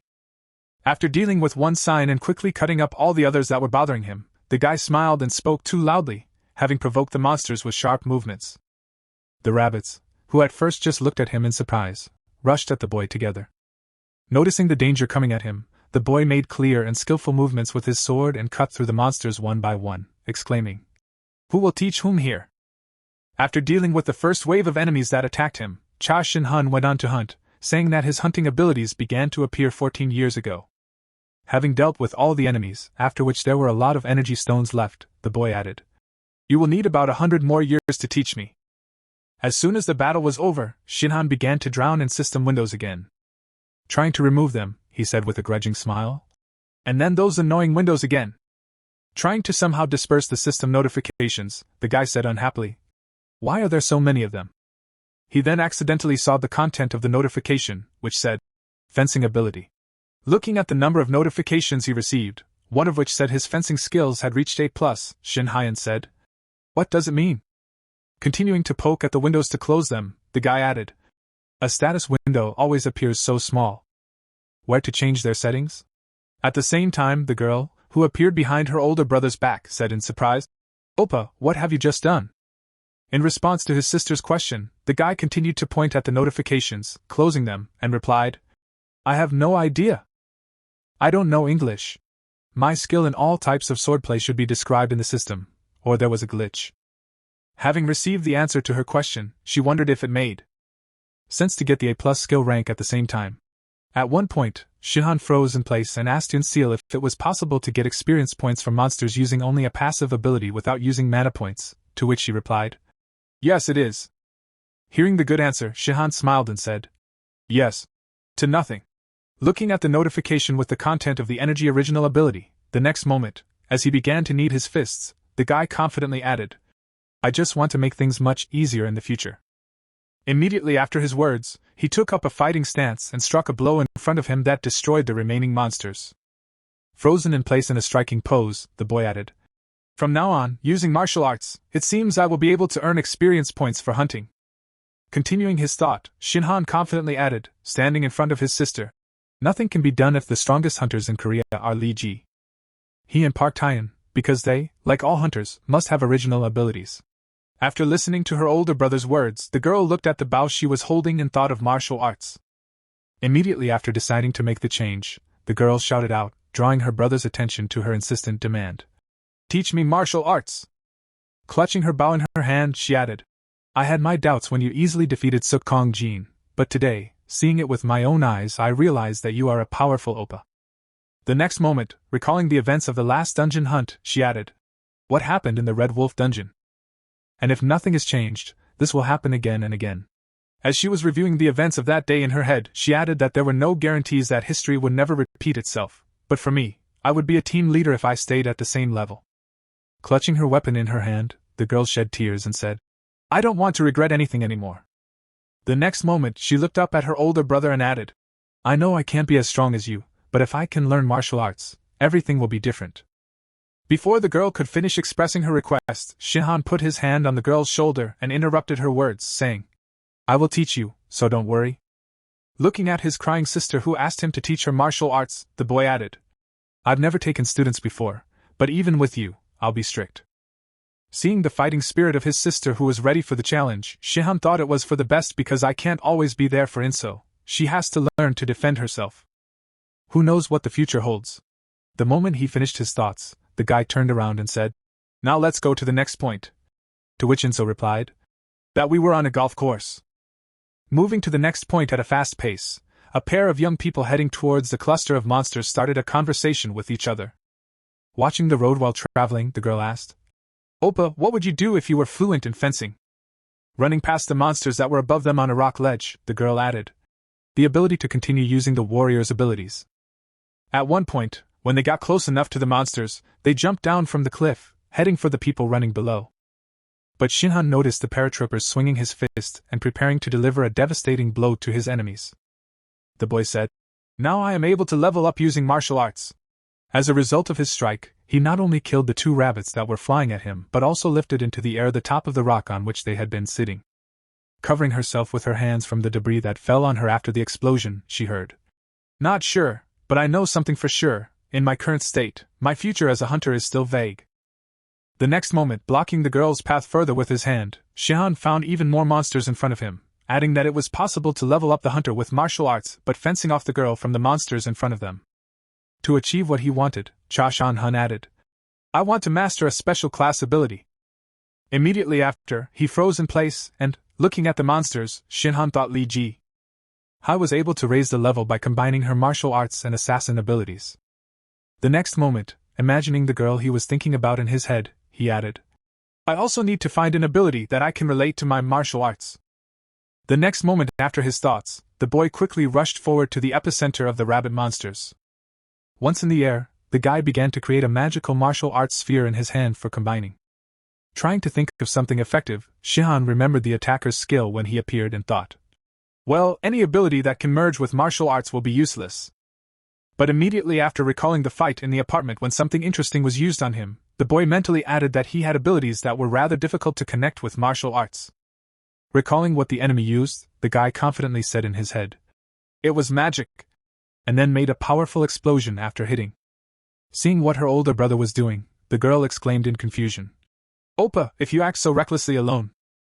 Before the girl could finish, Shihan smiled happily and thought of a new area of ability that I couldn't connect with martial arts, and then interrupted his sister and added, "And no, I'm going to become a magician." Hearing the decision of her older brother, the girl said unhappily, "How many times do I need to repeat? At APA, without a class, he can't become a mage at will. If it were so easy to use the abilities of mages, then other classes would not be as important, like other hunters." She also mentioned that, "My brother is really stupid." Continuing to listen to the joys of her older brother, who was actively rejoicing behind her, the girl sighed heavily and thought, "To hell with him." Calling up the status windows, Shinhan looked at them and thought, "After trying out the hunter system, I'm now sure there's a big difference between the two status windows, the Mamu and hunter systems." As he continued his thoughts, he mentally added, "Mamu's system windows only display characteristics. There are no special functions in it. You can only check the level and status of external and internal martial arts." At that time, after collecting all the moonstones from the monsters, Enol said, "We can now not worry about our saves." Continuing to look at the hunter's system window, Shinhyan mentally added that knowledge of characteristics is very helpful to those who use martial arts. But on the other hand, the hunter's status window displays everything from abilities to stamina and even mana points. The user-friendly interface has a lot of features and details. The essence and presentation of both systems is completely different. The next moment, imagining a character from the game, Shinhan mentally added a system in which to earn experience points you need to fight monsters. Rewards are given immediately, which awakens the growth of hunters. Of course, I cannot deny the obvious risk, but by daring to do so, everyone can become stronger. The next moment, when a picture of different types of training appeared in his mind, Shinhyun thought of another way to become stronger in Mima, which was much slower and more dangerous than here. Endless training with the risk of life was the way to gain enlightenment, and if you failed, you had to experience life-changing events. Immediately after recalling the Divine Martial Arts Cultivation book, Shin Heng thought of the fateful events of the celestial deity, a legendary figure who became a deity after the divine ascension. In the distant future, he created his Origins of Divine Martial Arts Cultivation. Recalling the moment of discovering this book after waking up, he mentally added, "A secret treasure of legend that Ma fought for a long time for." That was when I woke up in the cave, walking with his sister across a lawn with green grass. The boy mentally added, "Those fateful events seemed too obvious to me, so I ignored them, confidently looking ahead." During the journey, Shin Hun thought, if the goddess was the one who gave the hunter system to humanity. Then the next moment, having realized a certain truth, the guy exclaimed in confusion, "The creature who had sent me to Muram was most likely the one who had sent me to Myram." He pictured in his mind the image of the creature who was behind his transfer to another world and mentally said to the god of the heavenly battle. With the support of Li Chashan, Han was able to spend a whole month in the dungeons to improve his level. Faced with a new giant opponent, the guy said, "Wow. Now I understand why I came back to Earth and not to Korea." Thus, in 1 month, he managed to reach the second level of the hunter, and was now preparing to defeat another monster. Shinhan said, "There is no more traditional Korean food than chicken." It was also when Enol studied all 365 bloodstreams in the human body. She also had to pass on her internal arts. To be honest, she was late in learning martial arts due to her age, but there is a way. Sitting on the floor in the bathroom, after hearing about one way to learn martial arts, she asked, "What is it?" In response to his sister's question, the boy smiled happily and said, "Enol, don't worry and don't hold back, even if you vomit blood." When she heard what awaited her in the near future, the girl was frightened and said, "Why would you say such horrible things?" In response to the girl's question, Shinhan said everything he could to force the internal forces out of the channels and remove the impure Ci, after which a loud scream came from the house. Thanks to these trainings and the actions of her older brother, the girl managed to move up 1 level after hitting the target with an arrow. The girl showed her brother her results and exclaimed, "It's incredible! Just look at this!" The guy's hair almost burned off when he met his sponsor again. Chosen Hai heard the girl suddenly say to him, "I can see that you're doing well now." Immediately after announcing her remark, the girl asked, smiling happily, "Well then, let's start our deal." Hearing the girl's request, Shinhan said, "You haven't changed at all. You're going to start working right away." Pouring tea from the teapot, he said, "I told you I don't want to be in an awkward position." Pulling the cup of tea to his mouth, Shernan said, "It's been a while since you called me, so you have a plan for what I heard." "So be it." Immediately after her remark, the girl suddenly jumped up from her seat and leaned against the guy in front of her and said, "Jason Huni." Smiling happily at the guy in front of her, Lee Hai extended her hand and asked him, "Would you go out with me?" After receiving the invitation, Shin Han put his hands in front of him. He said, "This is the first date invitation in my entire life, but for some reason, I don't feel it." After which, Li Hai happily remarked, "Don't be like that." Continuing to persuade the guy, the girl added that a new dungeon had appeared in Puzan. The 10th level of danger. The permissible level for entry was from 45 to 50, which meant that we needed a team of hunters close to a high rank. To which she heard in response that this dungeon was not the place to go with level 20 hunters. Hearing the remark from her interlock, the girl confidently looked at the guy in front of her and said, "But everything would be different if it wasn't Chach and Huni." Right after hearing the remark from the girl who wanted to drag him into the dungeon, Shihan said, "I want to enter such a dungeon only together." "And why?" After receiving a question from the guy in front of her, the girl said, "My goal is to control the number of particularly dangerous dungeons." Continuing to voice the reason for this invitation, Li Jihai added, "But I also want you to grow as a hunter as soon as possible." Hearing the reason why the girl wanted to go there alone, Shin Han smiled and asked, "Does that mean you're actually going to support me?" Hearing the boy's remark, the girl said, "God, where did you learn that word?" "You're acting like an old master." To which he replied awkwardly, "I understand it perfectly well, and I don't know who you call old." Starting to shake the empty cup of tea, Shin Han asked, "It's not surprising that you support me for the sake of our alliance, but what do you gain if I become the strongest hunter?" Hearing the question, Li Hai suddenly became quiet, watching the nervous movements of her interlocutor's hand. The next moment, deciding to reveal the truth behind her clinging to Shin Han so strongly, she asked him what he knew about the Sun Festival. When he heard the question, the guy said, "It was a festival held annually by the Dawn and Dusk Guild, something like a friendly fight where we determine the best guild in South Korea." After hearing the information from her interlocutor, Li said, "From the outside, this looks like a match that is being held to strengthen relations between the two guilds, but in truth, it is an opportunity to identify the strengths and weaknesses of our opponents and determine the chances of being able to cut their throats. So you can consider it a mini-confrontation." Continuing the story of this festival, the girl added that Dusk and Dawn constantly conflict when distributing ownership of the dungeons, which leads to bloodshed. This is not public information because everything happens inside the dungeons. Telling the horrific truth. Li Jihai added, "But now we are at a boiling point where a full-scale battle can begin at any moment. We are like a powder keg that is about to explode." After listening to the story, Shin Hyun was surprised and asked why the two guilds were fighting for first place. It was enough to simply consider it a tough fight for rights. Hearing the question from her boyfriend, Li Hai answered that it was all because of Park Tahan, but suddenly he started to strive for power like a man possessed. Continuing her story, the girl added something like, "We need to follow the will of the heavenly god of battles" or something like that, which impressed the guy. Immediately after hearing this, Shin Hun jumped up from his seat and exclaimed, "The heavenly god of battles is here! What is his relationship with Park Tan?" To which Li Jihai exclaimed, "Calm down. I don't know much about this god of battles myself. I heard once he received a message through Mamu's status window." Sitting down in his seat, Shin Han mentally said the message means, after which Li Jihai added, "No one knows if it's true since we can't look at Mimi's status window and others." Continuing her story, the girl recalled one terrible fragment of her life and added that even if Park Hyen had received a specific order from the heavenly god of battles, she didn't understand how he could treat the Dawn Guild and her in this way because they once had a good relationship. Tilting her head down and looking at her reflection in the tea, she added, "Mimi, we were comrades who understood each other and shared a common destiny." The next moment, suddenly looking up at the boy in front of her, Li Jihai said, "Please take part in the Sun Festival by cooperating with the Dawn Guild." Heading to her personal driver, who was already waiting for her at the scene, Li Jihai said to Shin Hyen that the balance of power that should not have been shaken had recently shifted to the Twilight Guild. Approaching the waiting car, the girl added, "As they aggressively take over the dungeons and roads." Seated in the car with the guy in the back seat, Li Jihai added that if the imbalance became known at the festival, it would be the end of our guild. The next moment, the girl made the first stab at the guy's conscience and said, "If we lost Director Sukong Jiang, our strongest fighter, at such an inopportune time."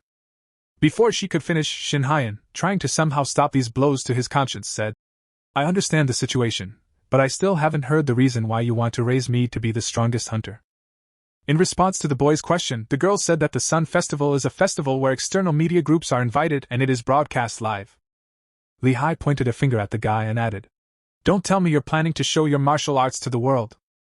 It's hard to prove you were in Morum, and it will only provoke hunters around the world," continuing to point accusing arrows at the guy. the girl added. I think you are confident enough to deal with the International Association of Hunters. To which he replied awkwardly, I can't say that it's not so. And then thought, I'm being poked at quite a lot today. Continuing her thought, Li Ji Hai said, That's why you need to attend the Sun Festival, using only the skills of a hunter. After breaking another arrow, which he had already tried many times, he said, Of course. And then thought, Since I owe her a favor, it will be hard to refuse.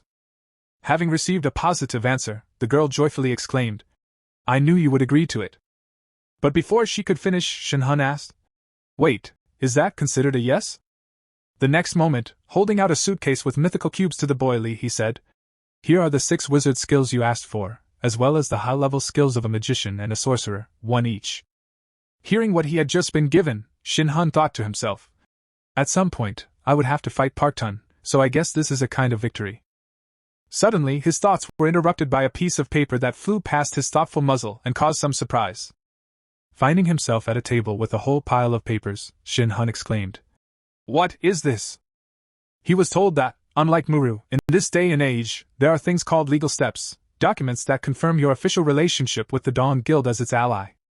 Taking out a pen from her purse, the girl added, These are the supporting documents with all the things we have provided you so far, and the contract for guaranteed payment.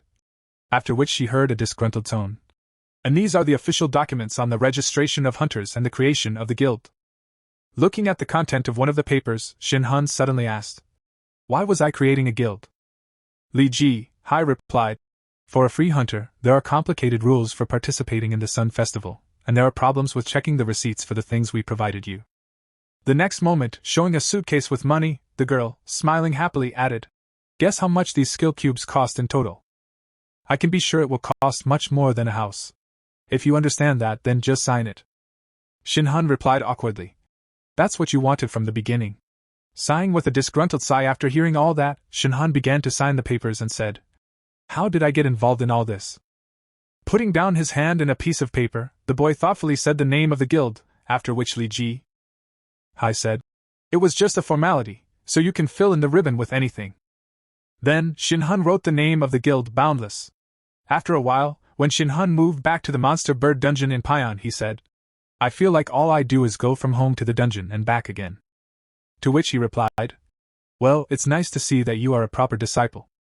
The next moment, raising her head up, she added, Be careful, even though they are weak alone. Continuing to look at the monsters flying in the sky, Li Ji Hai added, We have some information that there are countless of them. Having received some information from the girl, Shin Han created a magical sphere in his hand and said, Something similar to when I scouted with my AI, there were at least 3,000 of them. The next moment, having created something like a weapon from the magical sphere, the guy added, A lot of it. After the girl's surprised exclamation, he said, But for me, it's even better. The more targets, the easier. Having completed the formation of the monster hunting equipment from his magic, the boy stood in a stance and prepared to throw. With just one throw of his magic spear, he eliminated several dozen monsters during the flight and a dozen with an explosion when he hit the target. Standing aside and watching her friend hunt, Li Ji Hai said, It's only been a few hours since you learned the skill. Hearing the girl's surprised voice, Shin Han said, Mana and CI are functionally similar to what Li Ji Hai said, but not to me. Immediately after her words, the girl looked at the moonstones that fell to the ground after the destruction of the monsters and added, If you overexert yourself so much from the very beginning, you will run out of mana points. She heard in response that this would never happen. I am the boundless wizard Chash. After the guy's words, Li Ji Hai remarked, You're just classless. And Shin Han asked, picking up the scattered moonstones in his hand, There's not only one class of monster in this dungeon. When he heard an affirmative answer from the girl, he looked at her in surprise and said, That is indeed quite strange. Somewhere in Seoul, at the villa of the Twilight Guild, leader Park Tan was sitting on a pebble, feeding fish, when a subject appeared behind him and shouted out to the leader. Upon arriving at Park Tan's office with a report, devotee Kim Chulho added, We had received news that the vice leader of the Dawn Guild, Li Ji Hai, was behaving rather suspiciously. Continuing his report while the leader was quietly preparing fish, Kim Chulho added that she supports the newcomer who was not registered through the association, and we were also told that they go on dungeon raids together after pouring fish food into the pond. The leader of the Twilight Guild asked if she had really done it, but what was so strange about it? After receiving the question from the leader, Kim Chulho said, Based on the results of our investigation, this new member, Ji-hai, is the older brother of the leader of the Cha Nol team, who is in the Dawn Guild. His name is Cha Shin-hun, and there is something else interesting. He was reported missing for the last 14 years but recently reappeared. Continuing his report, the ward added that it was especially suspicious that when he appeared, the director of the Dawn, Sung Jin, tried to cover his tracks. After which, Park Ta-hun raised his hand and said, "Enough is enough. For 14 years, tell me where he was." After receiving a question from his leader, Kim Chul-ho nervously looked through the papers with the report and said, "Our intelligence could not find out." Immediately after, the subject added, "Suk Kong-jin learned the truth, but immediately afterwards disappeared without resigning. Probably going to Cha Shin-hun to avenge his son." But interrupting the confused words of his subject, the leader of the Twilight clan took off his hat and put it on the ground, saying, "He was dead." After which, he heard a surprised response from his subject. Paran repeated that he had said that Suk Kong-jin was most likely dead, and then he heard what was meant. After receiving another question from his subject, who was in complete confusion, the leader of the Twilight, Park Ti-hun, said, "Cha Shin-hun finished him off." Immediately after his words, the leader of the Twilight Guild said, "That rascal is from Mamu." At the same time, having dealt with some of the monsters in the dungeon, Shin-hun went down to the ground and spoke well, clenching his hand into a fist. The boy gave a slightly different sensation than when using the palm of the wind and then heard the girl's sigh. Surprised by this sigh, the boy turned his head in her direction and said, "I understand your satisfaction with yourself after the skill you have learned." Continuing the dialogue, Lee Ji-hai added awkwardly, "But it's been an hour. Except for these feelings, your mana is not spent at all. Will this dungeon spoil it?" Then Shin-hun asked in surprise if the mana was already in this state. The next moment, the guy put his hand to his chin and said thoughtfully, wondering how to explain it. Recalling the box of cubes, the boy said, "Do you remember that among the magic cubes you gave me, there was one called the Exchange of Life Force?" He heard in response that it was something like a skill for an emergency situation when you need to exchange life force for magic. "And what about it?" The next moment, Shin-hun raised his finger up and confidently said, "In Muria, when you reach the 35th level in the internal and external martial arts, you will receive an astral body. And if your body is in this state, you will be able to use your powers endlessly. Blah blah blah. And when you reach the 40th level in the external martial arts, you will receive the rebirth of youth." Continuing her story, the girl, who was sickened by the story, heard that due to this upgrade, you can constantly use your abilities to maintain vitality. Blah blah, and if you have infinite power, you also have infinite vitality. So if I use the exchange of vitality, I can use magic power endlessly. Such a wonderful formula. Realizing that he had overdone it a bit, the guy suddenly said, "Oh, I'm sorry. I got carried away. In short, it's an endless flow of power. Even if the type of martial arts at high levels all become similar." The next moment, Shin-hun pounded his fist into his palm and added, "I'm trying to say that nothing is impossible if you have a high level of martial arts." Then Lee Ji-hai asked if it was really possible. Without answering the girl's question, Shin-hun said, "I'm going to go and deal with the midges before the battle with the boss." And then walked off. After which, Lee Ji-hai thought, this man is not just explaining but actively shoving his thoughts into sentences. The next moment, she summoned the spatial vault and took out her weapon, thinking, I would just worry about the boss. If it was just a monster, I was an idiot if that was all. The Sun Emperor had nothing to worry about. At the moment of reflection, one of the monsters was approaching rapidly behind Lee Hai. At that moment, she thoughtfully said, I wonder if I should. In an instant, she took off the head of the monster that was approaching her from the back and then added, something to earn a living. After a while, she burst onto the battlefield and continued her training, making several aerial cuts to eliminate the monsters in the sky. After that, falling down, Lee Hai stuck one of the daggers into a ledge on the rock and, holding it in the air, exhaled heavily and spoke seriously, quite high, after catching her breath after the hunt. The girl regained some strength and jumped off the cliff again, rushing into battle against the monsters. Once in the sky, Lee Hai began to jump from one flying monster to another, destroying them. At the same time, having destroyed a certain number of enemies, the girl jumped down to the level surface of the mountain and then looked down and said, I wish we could finish clearing this dungeon. Continuing to look down at the considerable amount of moonstones left behind by the monsters, the girl thought, when I return, I will increase the danger level of these creatures much more than in the report, especially since they are harder to fight because they fly. Continuing her thoughts, the girl considered what level of hunters should be needed to raid a dungeon with a team of 5 people, a shield, a mage, an archer, a priest, and someone from melee. At one point, her thoughts were interrupted by a sudden roar from the monster. Looking up, she saw an enemy that was much larger than ordinary people. Surprised by the size of the enemies, which would be several at once, the girl was confused and said, "What is it?" Amazed at the size of the monsters that suddenly appeared above her, Li Jihe mentally wondered why it was so huge. How could there be two bosses in one dungeon? As soon as she thought this, she noticed that the enemy had started to act and had to quickly retreat from her location. Once in the air, the girl noticed a giant monster's mouth in front of her, ready to swallow her. Realizing that it would not end that easily, Li Hai pulled out her dagger and prepared for battle, exclaiming, "Damn, he's annoying me!" As soon as she said this, she heard something strange behind her and quickly looked back in the direction of the sound. At that very moment, she saw the monster flap its wings and use its demonic power to attack her, knocking her backward and falling down. Shocked by what she had just experienced, Li Ji thought he had used demonic power, which is not a simple phenomenon. The next moment, as the monster rushed after her to swallow her, she lost the ability to continue fighting. Ji mentally added that the entire dungeon system was broken.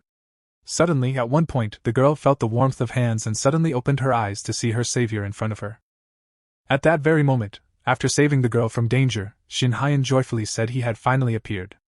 Surprised by the sudden appearance of the boy, the girl exclaimed, "Shin Han, don't tell me you knew about this!"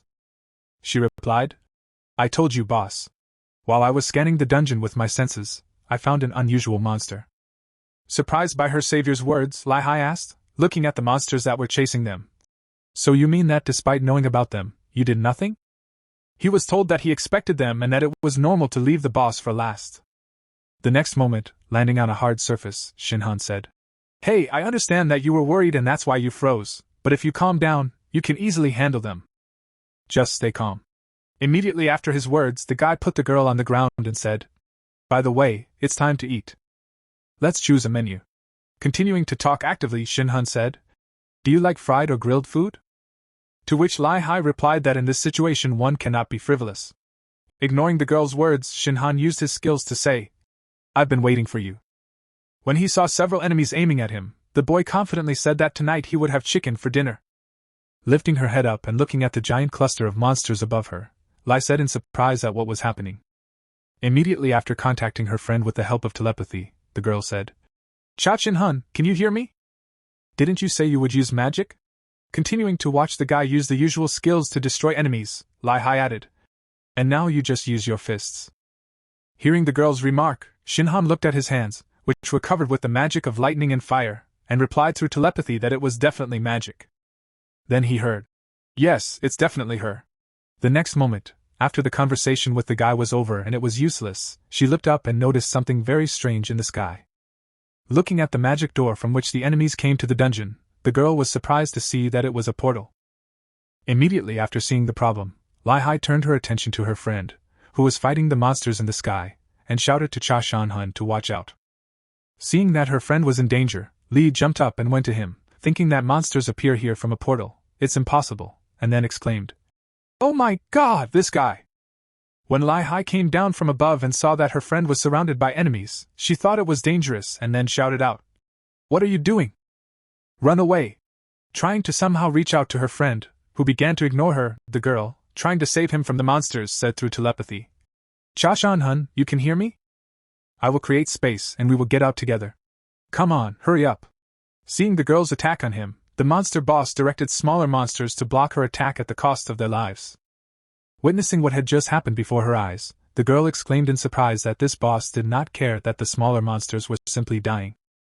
After some time on the ground, and observing Li Ji, she thought, "I know for sure now." Keeping her head up at the pile of monsters circling around in one place surrounding Cha Shin Han, she mentally added that the small monsters were not acting of their own free will.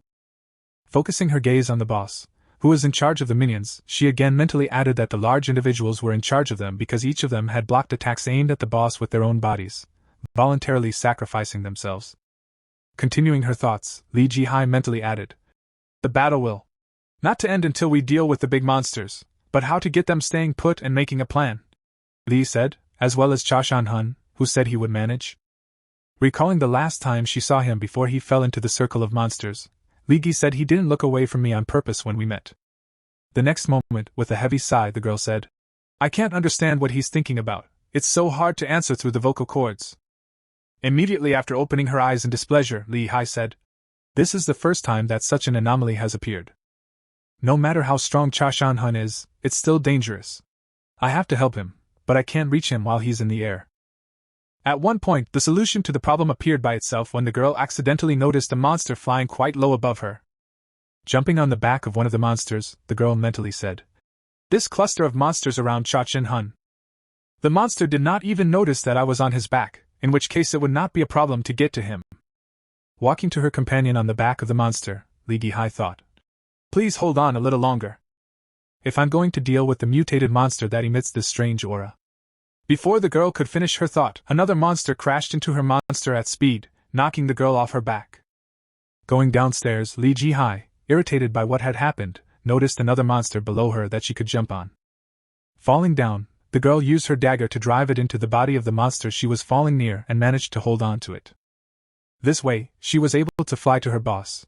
As soon as he turned his head to her, Li Hai said, "What's up? You finally paid attention to me." Immediately after her question, she pulled the dagger out of the small monster's body and jumped right into the bigger one's mouth, but it was too late because it was a one-on-one fight. Heading to the boss to figure out who was controlling all that crowd, Li Hai used her technique to say, "No monster in my game! Shadow dance, open up!" As soon as she used her skill, the boss monster opened one of its wings, which held countless monsters. After assessing her strength and the number of opponents, the girl hesitantly said, "I wonder how quickly I can handle this." As soon as she said this, she saw a bright beam fly by her head with incredible speed. After seeing what she saw, she looked back and noticed a bright glow and saw Shin Han, who instantly dispelled all the monsters that were circling around him.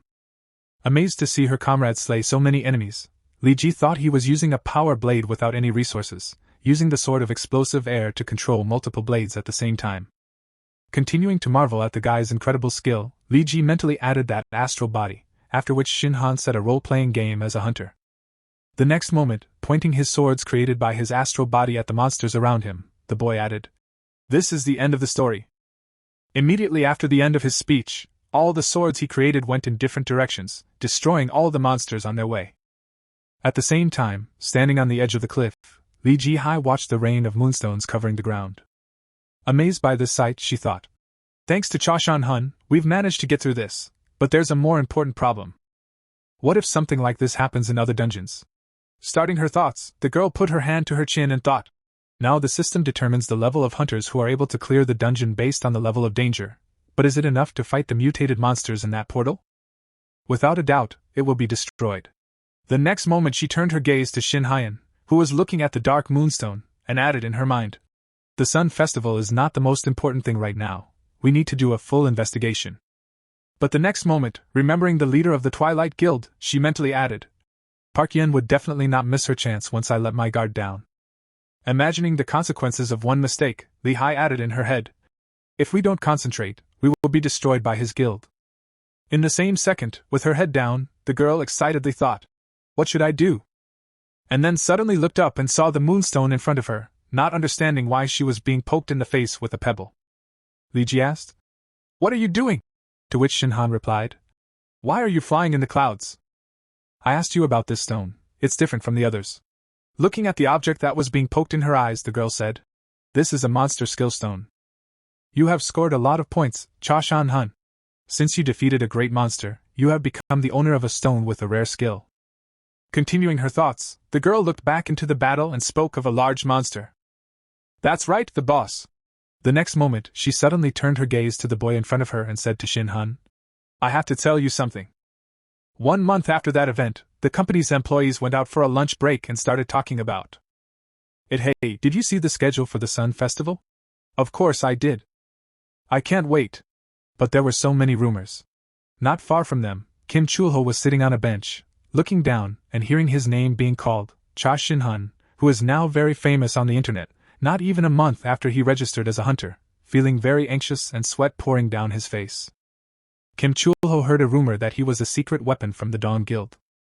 After listening to all the talks of the men who went out for lunch, Kim Chulho, who was supposed to give a presentation at the guild meeting, said, "I was completely __." Sometime after the meeting began, one of the attendees threw a glass at the speaker and exclaimed, You're kidding. He was chosen as the savior of the Dawn Guild, but you can't find out where he's been for the last 14 years, let alone his level and class. After hearing an angry exclamation from one of the members of the Twilight Guild present at the emergency meeting, Kim Chulho said to me, in fright. The next moment, Park Tan intervened in the conflict that began to form and told Director Park, who heard the boy's voice and suddenly exclaimed, "Hey, Guild leader!"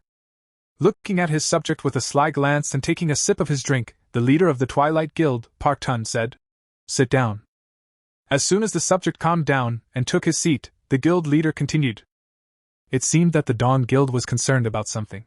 Rising from his seat and looking at Shin Hun's photo, the guild leader added, "For the guild's trump card, they made their choice too quickly. We will only be able to find out if it's a bluff or a jackpot when all the cards are on the table, because I'm right." The next moment, pulling the glass of drink back into his mouth, the guy smiled slightly and added, "We must destroy this seed of discord." After a while, having taken a seat in a cafe, Kim Chulho waited for the visit of an invited person.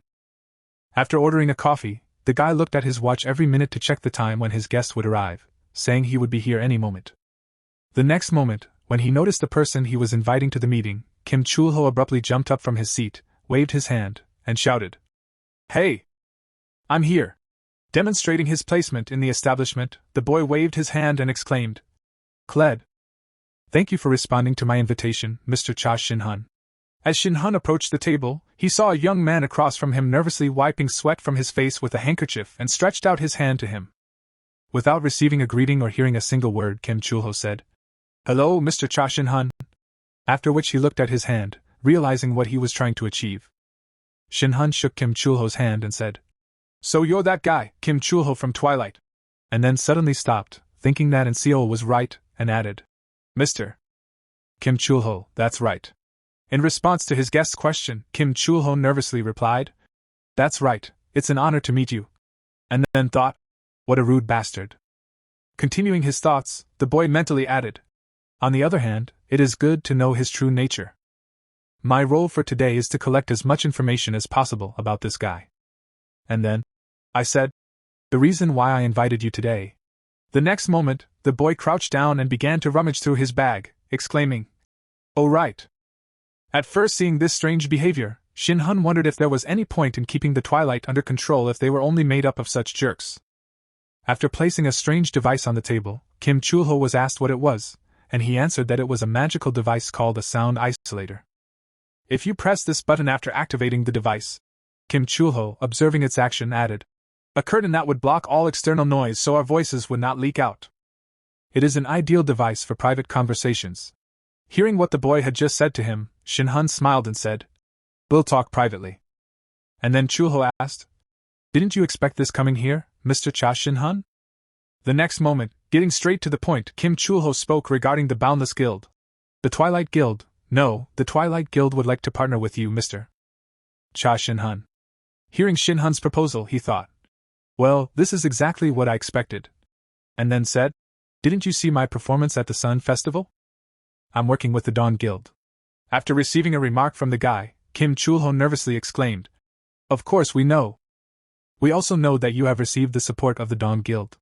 Continuing his dialogue with the guest, the subject of the Twilight Guild said, "The hidden circumstances of the problems with Sean Jin's team are known to us, but we also looked at the success of your dungeon raids with the leader, Lee Ji-hai." Continuing to press the guy, Kim Chulho said, "But at the same time, Mr. Cha-shin, you didn't join the Dawn Guild." The next moment, after adjusting his glasses during a serious conversation, the boy added, "Instead, we formed our own one-man guild and are working with Dawn." Continuing to press the guest with information, Kim Chulho added, "Knowing this, we are convinced that there is a distance between you and the Dawn, Mr. Cha Shin-hun." Immediately after his words, Kim Chulho added, "Work with us. We promise you something that the Dawn Guild can never promise." Hearing this, Shin-hun smiled and thought, "Look at him, he's even better than I thought. I take back what I said about him at the beginning. His information is impressive, and it's hard to deny what he said." The next moment, Kim Chulho took out the papers from his bag and said, "If I could explain the final terms and circumstances." But before he could finish, Shin-hun interrupted him and said, "I don't need to." Getting up and heading for the exit, waving goodbye, Shin-hun added, "I came here because I was curious what you would say, but it was a waste of my time. I reject any of your proposals. To this, Kim Chulho exclaimed, "What? You refused before I could even announce." Trying with all his might to hold on to the boy, Kim Chulho exclaimed, "If you leave the sun ritual, then whatever you want." "We will not have time to finish." When Shin Han interrupted him and said, "I can say I owe Li Hai a debt of gratitude." The next moment, stopping in his tracks and looking back at his interlocutor, the guy added, "I'm counting the losses, just so you know." Rushing after the boy, Kim Chulho nervously exclaimed, "Wait a minute! If you're going to leave like that, then wait a minute." Starting to shed tears because he was ignored, Kim Chulho mentally exclaimed, "You bastard! I still have so much to say." Then he shouted after Mr. Shin Han when the interlocutor left the institution. Park Tun took off his mask and said to his subject, "How much longer will you stand there and stare into the distance?" Getting up from his seat and heading to his subject, the boy heard him nervously shouting to the guild leader. The next moment, throwing his arm around his subject, the guild leader said to Chulho, "I know I told you to stretch this dialogue as long as possible." Immediately after his words, Park Yen grabbed the guy by his tie and pulled him toward him, adding in an ominous tone, "That my eavesdropping was completely useless. I was only the leader who let him go," and walked forward with his hands in the air. Kim Chulho shouted after him, "I'm really sorry for that bastard. I mean, that guy was so rude." After hearing his subject's excuse, Park Tan said indifferently, "It was more important to wonder who he was." At the same time, after contacting her friend, Li Jiha said, "I wonder if it did happen," and was told that Paran must be very disappointed right now. Continuing the phone conversation, the boy added, "He probably thought I was from Mamu." But the name of the Supreme Emperor did not go very far. Continuing his dialogue with the girl, the boy recalled the beginning of the meeting and the strange person nearby and said, "As soon as I entered the cafe, I felt like he opened the external CI. Your guess was right." Continuing to recall the person who tried his best to hide himself, Shin Han felt, "This guy will be cautious. He is the kind of person who gets very nervous when the situation goes beyond his expectations." Hearing this, Shin Han said he wouldn't bother for a while and asked how the investigation in the dungeon was going. He heard back that thanks to him, there hadn't been any new complaints since the dungeon. Holding the phone in front of her eyes, Liha continued to report on the situation and added, "Well, at least for now." In the next moment, remembering the moment after their first visit to the dungeon, Li Jiha added, "I would have worked myself to the bone if you hadn't taken over the investigation of the sinister bird dungeon, Mr. Shin Han. Thank you for this favor." When she received a question from her interlocutor, she heard his strange voice and said nothing specific. The next moment, deciding to find out what might have happened to him, Li Jiha asked him if something was wrong. At the same time, she went to her older brother, Insal, and asked him if he had finished talking on the phone.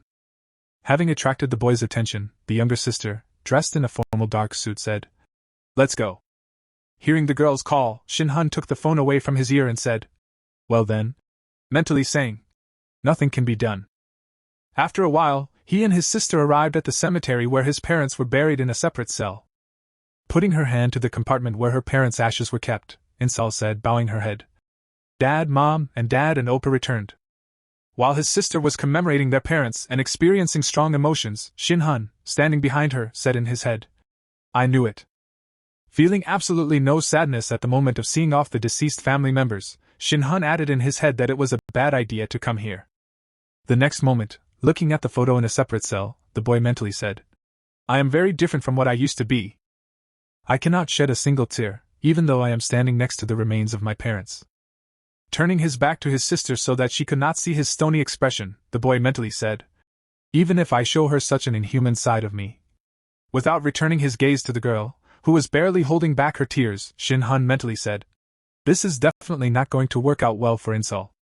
Continuing to stand near the cell with the family photo and the remains of their parents, the girl asked, "Do you feel anything at all?" Continuing to ask questions to the guy, who continued to be silent, the girl added, "You don't look sad or even a little bit touched." Only silence in response to her questions. The girl suddenly exclaimed, "Hey, why are you silent?" Immediately after her next question, she felt some anxiety and asked me again, as if what I had just said was true and I was sorry for what I heard in response. Heading for the exit, Shin Han added, "I've become someone who can't show you what you want to see." And then mentally added, "I think it was impossible to hide it completely." Angry at the words her older brother had just spoken to her, the girl turned sharply to him and, without looking up, exclaimed, "Do you even know how strange you are, what you're apologizing for, and what you think I want to see?" Continuing to hold back her sadness, which continued to overwhelm her, the girl added in a stern tone, "What I want is this." The next moment, Insel suddenly remembered a moment from her childhood when her older brother was riding her on his back, and she was sincerely happy. When Insel finished recalling, she couldn't help but wipe her tears with her sleeve and asked, "Why have you changed so much? You're acting cold." Even now, having attracted her brother's attention, the girl continued to reprimand him and added, "I'm not even sure you're still my brother."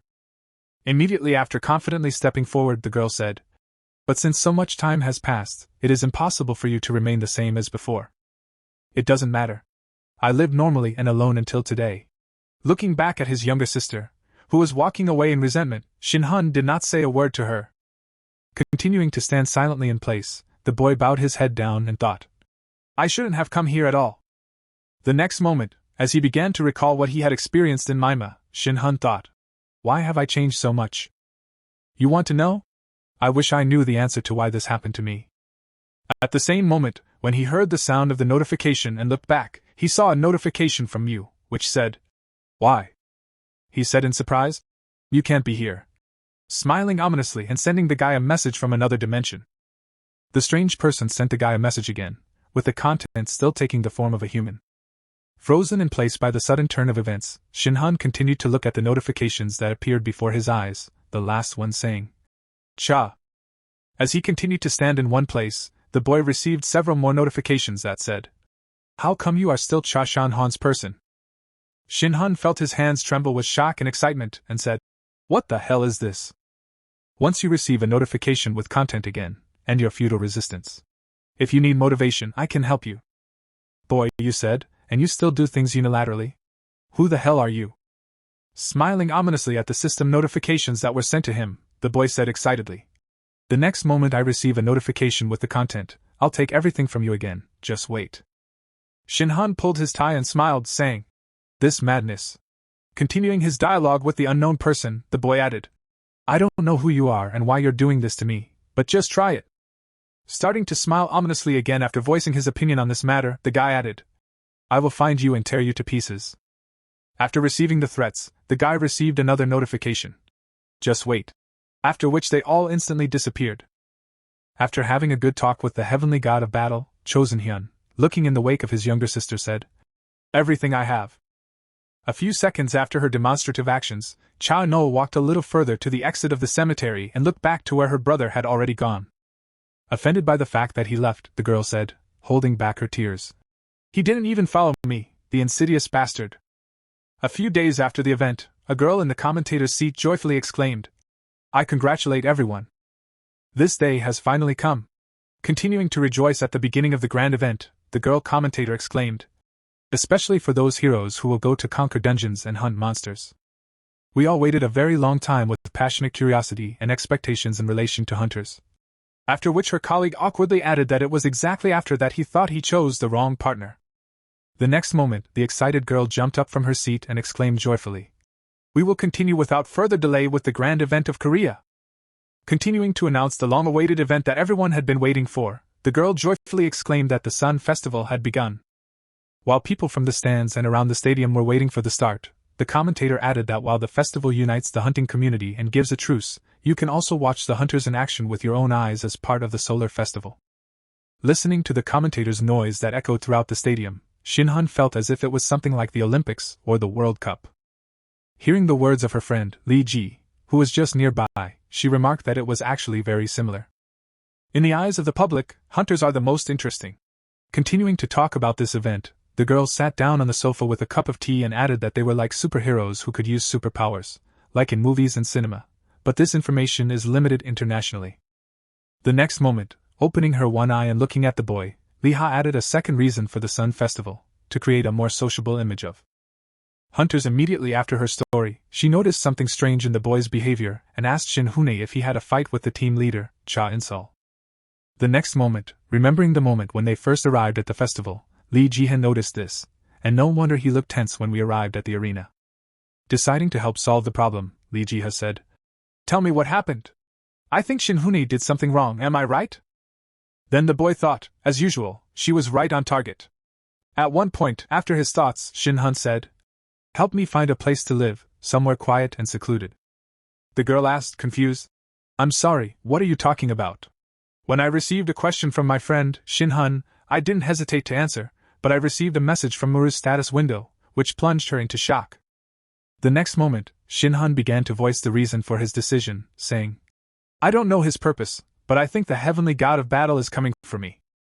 Because I don't know how I will hold my own against him. If Enol stays close by, she will be in danger.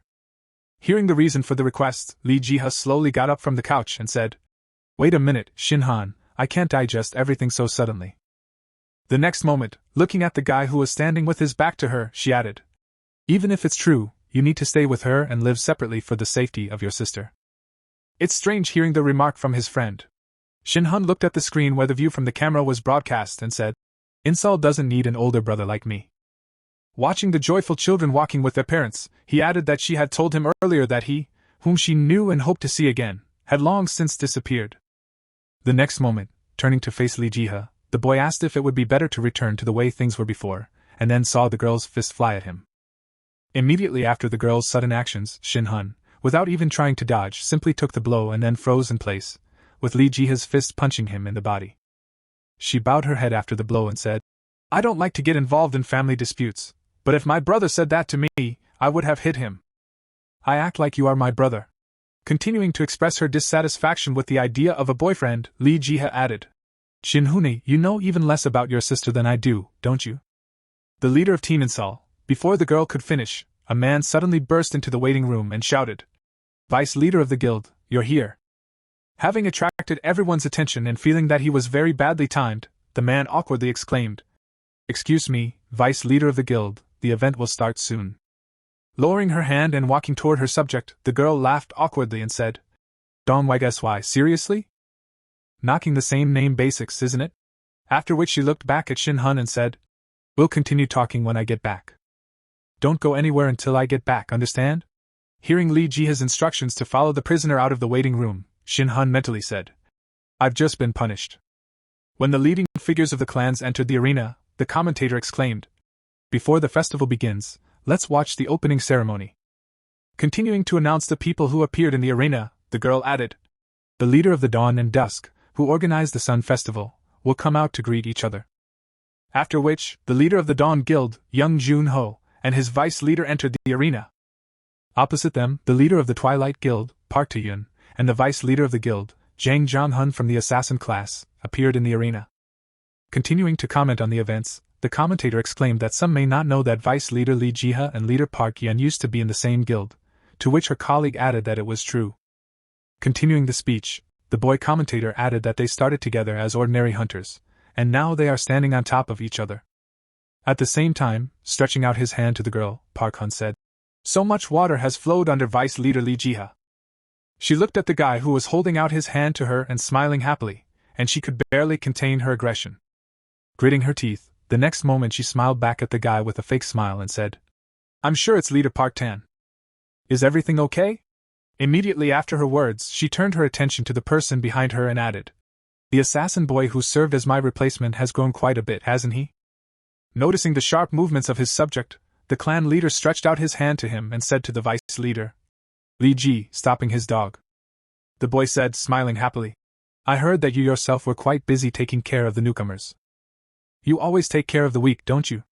After making his sarcastic remark, the boy spoke through Ji's telepathic connection. And this time I will get rid of everything with my own hands. Recalling the reason why his former affair was left behind. The guy mentally added, Everything that keeps you from moving forward. Hearing what her former comrade had just mentioned on the voicemail, the girl sighed heavily and looked away. The next moment, with a wide smile, Lee Ji-ha said, I'll take this as a compliment to leader Park Tan. Immediately after the voice text, looking into the eyes of the guy who was snapping at her, the girl replied, Over the voice link, just try it, you, bastard. The next moment, as soon as the leaders shook hands before the event, a commentator shouted out, The Sun Festival starts right now. Sometime after the Sun Festival began, warriors entered the arena and began their demonstration battle. Swinging his weapon, one of the participants used his warrior skill of sequential strike and began to attack his opponent. Trying to somehow restrain the onslaught of her opponent, the girl gritted her teeth and thought, Oh, underscore. After breaking through the defense of the girl he was confronting and knocking her to the ground, the boy swung his weapon and delivered the final blow. Seeing the result of the confrontation, the commentator shouted out, "The individual match of the Warrior Tournament number 5, the participant Nam Sono from the Twilight Guild wins the victory with incredible strength. And although this is a blunted weapon specially created for the competition, he severely wounded his opponent." After seeing the result of this fight between his participant and his opponent, Park Tan happily said, "As expected." It had been a long time since Manhwa had fought with his opponent for so long. Continuing to say harsh things, the leader of the Twilight Guild added, "Well, in any case, she wasn't a threat to him." Hearing this, Lee thought, "How arrogant." The next moment, Park Tan got up from his seat and went about his business saying, "I'll leave then, and I hope you can entertain me at the next match." Heading out of the special guest room to watch the battles, near the exit arch, the subject appeared behind the boy and spoke to the leader, demonstrating his dagger and taking it out of its sheath. The vice president asked when he would be able to finish off Li Ji. Hi. Looking back at his subject, the guild leader smiled happily and said, "Calm down, Sway. You'll have your opportunity soon enough." While continuing to smile slightly in conversation with his subject, Park Tan gave everything its time. "So her name was Cha Anu, and I want to greet her." After a while, having changed the location at the stadium, the commentator exclaimed, "Welcome to the Archers' Survival Arena, an opportunity to see archery experts from each of the guilds." Continuing to announce the change of scenery, the girl added, "The qualifying competitions will start soon, commentator, and do you root for anyone in particular?" After receiving a question from the girl, my colleague said thoughtfully, "There are a lot of good participants, but personally I'm rooting for Cha Anil. She's young but promising as she shows great results." Continuing to do his job as a commentator, the guy added, "However, I heard that she recently had an unpleasant incident called the Wolf Dungeon Incident." At the same time, while sitting in the waiting room, one of the participants looked back and said that the leader of the team, Cha Insal, would really participate in. Why the vice leader of the guild allowed someone to kill his subject. To which the comrade added that something would happen to them if they made a mistake. Unable to stand these discussions behind her back, the girl exclaimed, "Why don't you say it to my face if you've already started?" Immediately after receiving the remark from the team captain, one of the guys quickly headed for the exit, followed by the other who called out, "Wait for me." Left alone in the team's waiting room, she looked up and sighed heavily, speaking to the thoughts she had been having since that day. Hearing her recall the day she visited her parents, and the day of the family quarrel, Insal added in her mind, "I didn't say a word to my brother." Immediately after her thoughts, the girl began to aggressively exclaim, "Now that I think about it, I'm angry again. I'm sad. Then why is he avoiding me?" And then suddenly the team leader, Cha Insal, said, appearing at the door of the room. The girl nervously added, "Could you go to the waiting room for a while? Someone is waiting for you there." When she heard that her presence was requested in the waiting room, Insal froze in her tracks and wondered if it could be a Branna. Of course not. After a while, when she met with the vice leader in the waiting room, she was heading to the Aina and asked how the team leader was feeling, to which she replied with a grudging smile. The next moment, she turned her gaze to Liha and added that she was with her right before the competition, to which she replied, "You mean I just came to support the promising hunter of our guild?" Continuing her dialogue with the comrade's younger sister, the vice leader added, "I wanted to go in with Shinhan, but I have no idea where he disappeared to." After which Insal's expression abruptly turned, frowning. After seeing this, Liha continued her dialogue with the citizen and said, "I don't know what exactly happened there, but wouldn't it be better to resolve all misunderstandings between you?" After receiving a remark from her leader, Insal suddenly asked, "Since when do you meddle in other people's business?" To which the vice president of the guild awkwardly replied, "Why do you say that?" "I'm just concerned as Shinhan's sponsor and your boss." Hearing the reason for this concern, Insal smiled and said, "But I don't like you. It feels like you're keeping your brother around and pushing him around as you please. Or am I wrong?" The next moment, remembering her older brother, Insal added, "Now that I think about it, he decided to become a hunter after meeting you, and it hasn't been long since he returned to normal." Continuing to express her dissatisfaction, gritted her teeth and tilted her head down, and added that her brother should not have become a hunter without looking up at the embarrassed Li Ji. Hi. She added what he was trying to achieve by becoming a hunter and gaining strength. He even chased something without telling me anything. The next moment, giving free rein to her emotions, she began to shed tears and said, "My brother is no longer the brother I knew. He has changed and distanced himself." Immediately after her words, an announcement came from the cabin that the archery competition would begin in 1 minute, and the participants were asked to move to the arena. Hearing the announcement, Cha and Seo began to wipe her tears with her sleeve and said, "I'm sorry, I didn't mean to show you this side of me." As soon as Anel passed by, her supervisor said, "I'm sorry," she suddenly said. "Shin Hyunwoo probably didn't want to change like that. I know that because I felt the same way as Shin Hyunwoo." Hearing him recall his life in Morum, Lee Ji added that he went to hell, where he could die at any second, and spent a lot of time there alone. He just couldn't stay in his right mind. Continuing his story of survival in Morum, the vice leader of the guild added that he did not want to show this side to his sister. Hearing what Insal had just told her, the boss suddenly froze in her tracks and said, "It's strange. Why should I listen to something about my brother who is the vice leader of the guild?" The next moment, turning her head half a turn back, she added, "My brother probably doesn't think I'm reliable." Continuing their not-so-friendly dialogue, Insal added, "Unlike you, who was on the short end of the stick with him," and then quickly headed toward the arena. Still standing there, staring at the girl's trail, the vice leader of the guild instantly turned her gaze back to where she had felt someone's presence. When she saw a guy around the corner who was listening to their conversation, she said, "I was wondering where you disappeared to, but you were here." Continuing the conversation with Shin Hyun, Lee Ji Hai added, "You said you were going to leave her, but you probably care about your little sister." He replied, "I just happened to be passing by."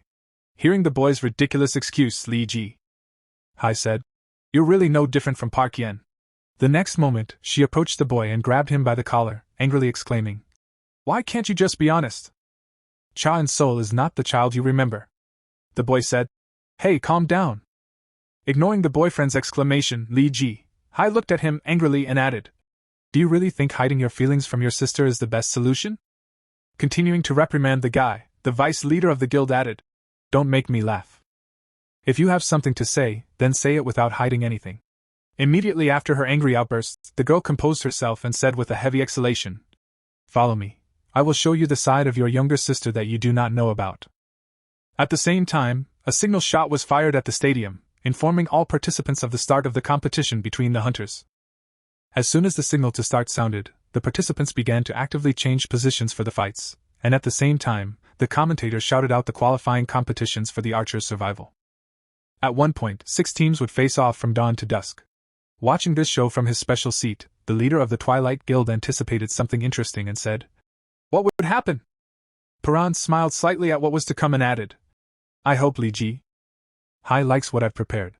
Watching the leader of the archer team from the Dawn Guild lead her group, he added that this was only the beginning. While on the battlefield, Insal heard a report on the voice communication. "Code C, we have encountered the enemy. Code E, we will help." Continuing to listen to the reports of comrades, Insal heard Code B again and discovered the enemy 200 m ahead of them. At one point, she suddenly remembered the dialogue of her vice guild leader who said to Shin Yun, "You didn't want to show your sister your pathetic side." Slamming her hand on the wall, the girl exclaimed angrily, "Stupid Oppa! You thought I wouldn't understand if you didn't say anything? Just tell me what's going on." He shares everything with Lee Ji Hai. The next moment, when the enemy scout in the alley of the 3rd district targeted out of sniper range, the code was, "I wait for support to arrive." Insal said unhappily, "He thinks I'm still a child. Thinks he's the only one who has changed." At the same moment, having detected the enemy, Insal said the code, "There are no problems with aiming." And hearing this, one of her comrades shouted, "Wait! The enemy is outside the 300-meter range. Even if you are in the sniper class, you cannot shoot a bow for the competition." Continuing to dissuade his leader, the subject said, "Wait for reinforcements." To which the latter replied, "There is no problem. I will get rid of them." When he heard that she had ignored his comrade's order, he shouted again to the team leader, "Insal." Then she used her sniper skills to fire an arrow directly at the enemy. At the same time, reinforcing his attack with martial arts, the sword-loaded sight fired an arrow that hit the enemy scout exactly. As a result, the arrow hit the target, striking the enemy in the heart and incapacitating him. As soon as the inscription appeared on the scoreboard, Insal, scout of the 6th Twilight Squad, Hang Chayan, who was struck by an arrow, said that he was unable to continue the battle. Having accomplished her goal 100%, the team leader said, "The code I shot successfully," and was answered by a "Good game." After informing her comrades that the target was eliminated, Inso said to them, "Don't look at me with a superior look, stupid Oppa." When she was a child attending her parents' funeral, a girl sitting on the floor near the wall heard adults talking about how unhappy she was, what she should do, and how could she lose her family so suddenly? As she continued to listen to the adults talking about how there was no one to take care of her, she heard that they couldn't even find the body of her older brother. Inso, clenching her hands into fists, mentally said no, continuing to repeat in her head. The girl added, Oppa is not dead. I'm sure he's alive somewhere out there. He'll show up soon. And she prayed and believed in her prayers. At one point, hearing the surprise of the adults who suddenly exclaimed, What happened? The girl looked up with a tired look. Right in front of them, a goddess appeared on the TV and told them that all the nightmarish days would come very soon, continuing to warn humanity about something terrible that would soon befall them. The goddess added that humanity must evolve. Listening to the confused words of the adults who exclaimed, What a fool! The TV is broken. Inso thought about the revelation of the goddess, monsters, dungeons, and hunters, all because this ridiculous world was becoming a reality. She believed that he would definitely come back. She really believed. Continuing her thoughts, Inso added, After passing the hunter's test, I received the archer class, and after the state was accepted, I was admitted to the Hunter Academy. One day, continuing the bullying, one of her classmates opened a carton of milk in the cafeteria and began to pour the contents onto the girl's head. Continuing this mockery not for the first time, the boy mocked Inso and his friends and asked, How delicious are you? Don't you envy the orphan? Continuing to mock the girl, one of the boys said, We pay huge amounts of money to attend the academy, and she got in for free. Before he could finish, he was interrupted. Unable to resist another bullying, Inso picked up a tray of food and threw it at one of the boys who was bullying her. Immediately after her words, she said, If you are so jealous, then become an orphan. Followed by, Hey, you're okay, you crazy, ___. Hearing her name, the girl angrily said, Oh, damn it. Don't talk nonsense. If you're also brave, then follow me. Continuing her thoughts, the girl recalled her future fate and mentally said, That's how I graduated from the academy, and after me, I found the top guild Dawn, which everyone wanted to join. At one point while hunting, the girl lost her vigilance and let a monster approach her, which knocked her to the ground. She had to block its mouth with her bow. Holding back the enemy with her bow, the girl reached out with her free hand for a broken arrow that was lying nearby and said, Do you think I have suffered for so long? The next moment, driving the arrowhead straight into the monster's head, the girl shouted in anger at the idea of ending her life like that. After a while, Alig and her subject arrived and said, Hey, we came to help you. The next moment, after assessing the situation of her subject, the vice leader of the guild added, But I see that there is no need. Seeing that the girl did a great job herself. Li Jihai took an interest in her, and asked the newcomer what her name was. She answered, Child in Seoul. After learning the name of the girl who had defeated the monster, the vice leader of the guild extended his hand to the newcomer, and said, You look like a person with burning eyes.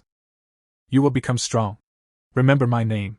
Recalling that moment, Inso mentally said, I touched the image of Li Jihai and became the youngest commander of the Dawn Guild, but not only Seo Jun-hun was unhappy about it. Continuing her reflections when recalling her future life, Inso mentally added, Whether it was being a team leader or Dawn, it was fun and all because I wanted to become stronger. While in the archery training room, the girl was practicing her marksmanship and mentally added up the days without Oppa to survive, hitting every arrow directly on target. During her training, she mentally added, And in order not to let bad thoughts appear, even now, I snapped at myself. After finishing recalling her past, she took out her necklace with a photo of her family in the pendant and looked at the photo again with a sad look. The next moment, closing the pendant and hiding it back, the girl said, But this is not praise for me. You are with Li Jihai. You are a bad Oppa. Continuing her thoughts again, the girl tilted her head down and said thoughtfully, Compared to the Oppa who is skilled in martial arts, I lack something. The next moment, irritated with herself again, the girl turned her gaze to the sky and exclaimed, But I will not forgive you for treating me like a child. I am not that weak. At one point, sensing something strange happening around her, Inso turned her head to one side and said, Isn't it too quiet?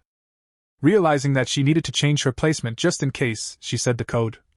I'm leaving here, and will settle down in a new place. Code, and please give me a response. Before the girl could finish her report, she saw a dozen arrows flying in her direction, forcing her to quickly retreat. While fleeing the scene of the shelling, she felt one of the arrows hit her arm and then Inso screamed in pain after hitting the girl. One of the enemies who had set up the ambush said, Stop firing! These people are found. Looking back and seeing a bunch of enemies smiling ominously, she thought, Luckily, my muscles are not hurt, but my skin is pierced by arrows. Pressing her hand to her wound, Insal lowered her bow arm down, which was bleeding, and thought. Arrowheads must be blunt, so it was impossible they were using real arrows. The next moment, one of the enemies jumped forward and said, "Don't expect anyone to come to your aid." We intervened a bit, and made sure the broadcasting camera couldn't get here. Hearing her opponent's remarks, the girl bowed her head down and smiled, saying, "Well, who knows?" The next moment, pulling the arrow out of her hand with a quick movement, the girl added in a menacing tone, "I've never relied on anything like that in my life." Immediately after this action, the girl threw the arrow that had wounded her back at herself and said, "I have no idea why you created all these problems to catch one person." Continuing to prepare for an unequal confrontation with the enemies, Cha-Anu charged 3 arrows and prepared to shoot. "But you are already dead, so let's attack the losers." Angry at the girl who decided to provoke them in such a situation, one of the attackers shouted, "Finish her off!" And a bunch of arrows flew at Insal. At one point during their confrontation, the girl jumped into the air to avoid being shot at and ended up near the enemy. As soon as the distance allowed her to use her bow skill, Insal used her archer skill. Once above the enemies, the girl used the split flying arrow skill to simultaneously hit 3 targets below her. Seeing that one more enemy remained standing, Insal gritted her teeth and thought, "Oh, I missed one person because of the injury." Meanwhile, the opponent, who froze in shock, thought, "She has just managed to defeat 3 people in such a precarious position using only arrows? I can't believe that a sniper can do so much damage in close combat." Snipers, who specialize in long-range attacks, riflemen who focus on attacking in certain areas, and rangers, all have certain advantages over each other. So, a team of rangers to eliminate Cha Insal, who was a sniper, was useless. Eliminating the 3 enemies below her, who suddenly attacked her, Insal thought, "Fortunately, it doesn't hurt. I have to deal with the rest." As she was thinking, one of the enemies jumped out at her right next to her, and was ready to attack. At the last moment, the girl jumped to the side, dodged the enemy's attack, and using her sniper skills, fired back. Thanks to his agility, he was able to avoid an arrow that flew millimeters from his face. At that very moment, relaxing after he had avoided a head-on attack, the enemy did not even realize it was a boomerang attack skill. As soon as he landed on the ground, he immediately exclaimed in irritation, "You arrogant ___." At that time, the arrow had already turned and was flying at his back. The next moment, the arrow she fired hit the target and struck her enemy, who lost his vigilance after only one dodge. Immediately after the arrow hit her opponent, and caused some damage, Insal changed her positioning and moved to a farther distance from her opponent, where she had an advantage. The next moment, she pulled the string of her bow again and aimed at another enemy who was standing a few meters in front of her and also preparing to shoot. At the moment when the battle seemed to be reduced to a one-on-one confrontation, another enemy rose from the ground, having been neutralized by its previous attack. When he came to after the shot, the guy gritted his teeth, pulled the string of his bow, and quickly made a shot, reinforcing his skill. As she continued to aim at the enemy in front of her, a few seconds before she hit him, she heard a strange noise coming from her right side. Turning her gaze toward the strange source of the sound, she saw an opponent's arrow flying at her at breakneck speed. At that moment, when she was momentarily confused, she suddenly heard her brother's voice in her head saying, "Use martial arts!" After hearing the advice from her mentor, the girl took the advice without hesitation and managed to catch the arrow shot at her with her bare hand. Seeing the girl who had just managed to catch his attack with her bare hands, the ranger who had fired the shot exclaimed in confusion, "What the hell?" Not to be outdone, Insal gathered her strength and attacked the guy who decided to interfere in a fair confrontation. As a result of a hit to the enemy's jaw, the girl quickly knocked the life out of him and all the nonsense out of his head. When most of the enemies were eliminated, the girl confidently said, "Well, now what?" Turning her gaze to the last opponent who was still standing, the girl said, "What are we going to do?" "You're the last one left alive." Starting to knead his fists, Insal said with a sly smile, "You can say your last words because I'm going to beat the living daylights out of you." He scaredly exclaimed, "Wait a minute. I give up." The next moment, the team leader transmitter heard the voice of her comrade saying, "I'll help you, leader," and took out the last enemy, who had his back to him. After dealing with all the opponents on the battlefield, one of the team members said to the girl, "Good job, team leader Chayandu." After helping me, the girl sighed and said, "I understand your message, but it's too late to help." And I heard her reply, "I'm sorry." As soon as the drone cameras were fixed, the commentator saw the image and exclaimed that the 6 participants who survived the 6th round were the team of the Guild Dawn.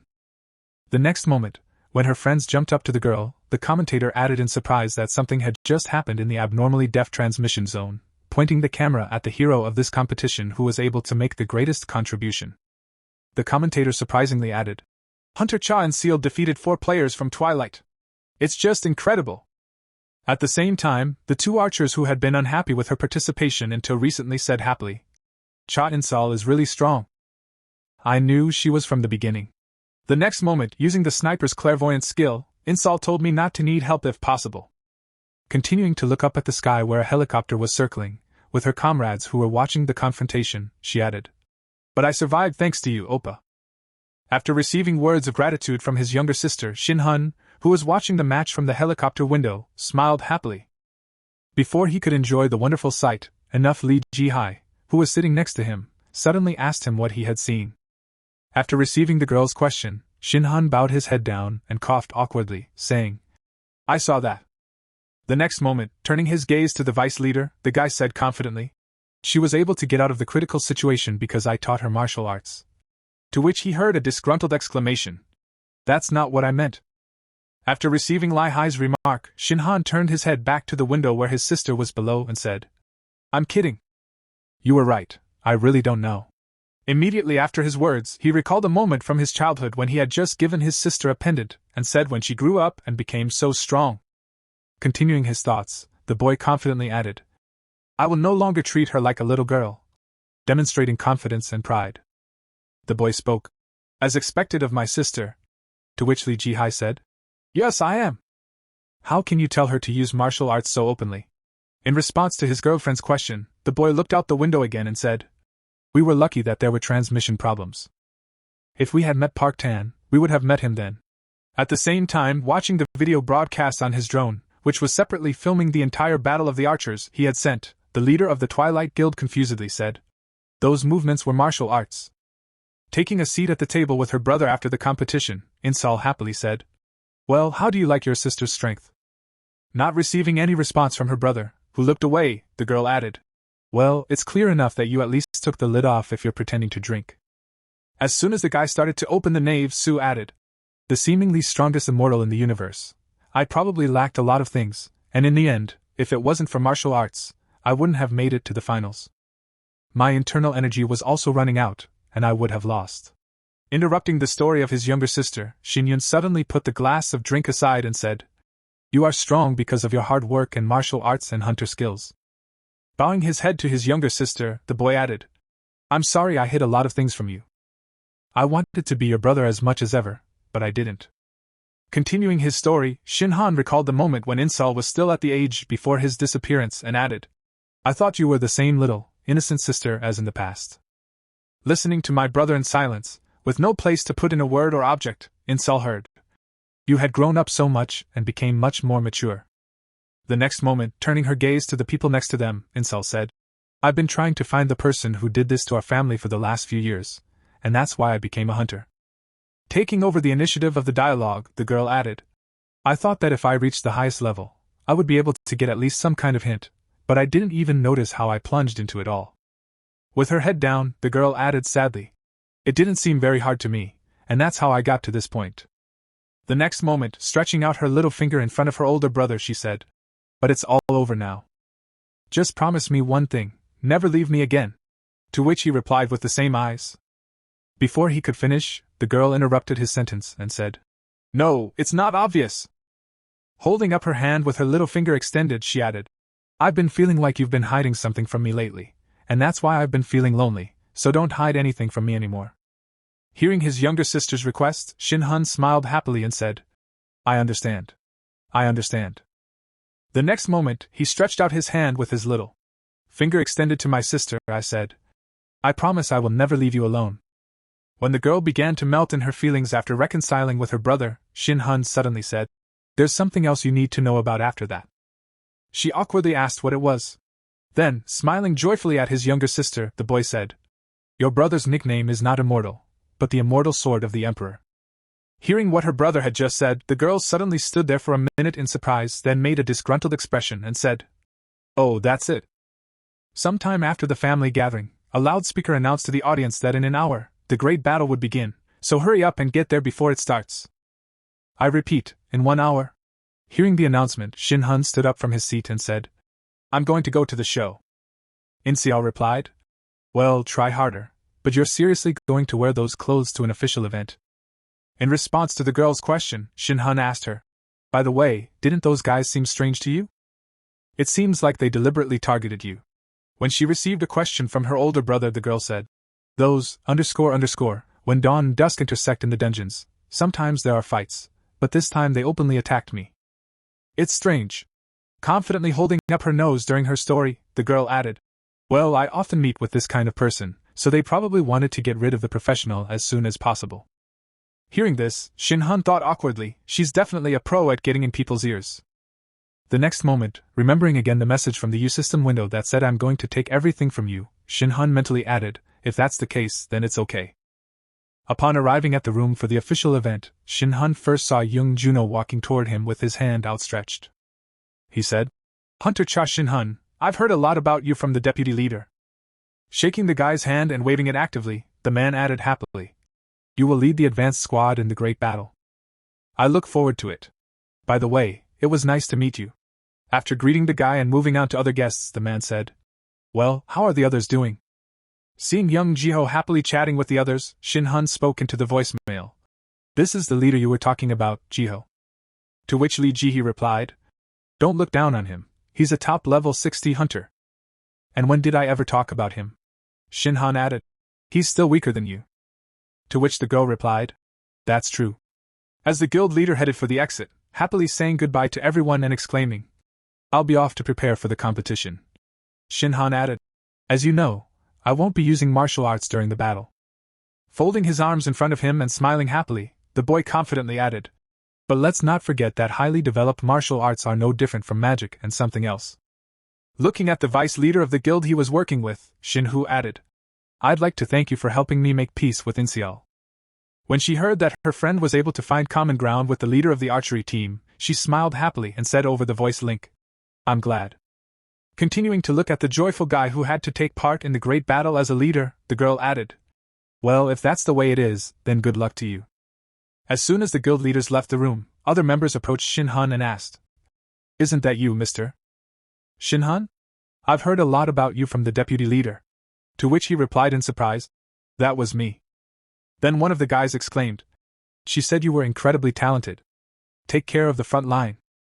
Ignoring the guys who stood around him and admired his talents, Shin Hun mentally said, As much as I think it's suspicious, the guys who attacked In-seol were definitely following someone's orders, and there's only one person who can give such orders. At one point, hearing that someone had arrived in the room, a couple of guys looked back and exclaimed in confusion, That you were the leader of the Park Tan Guild?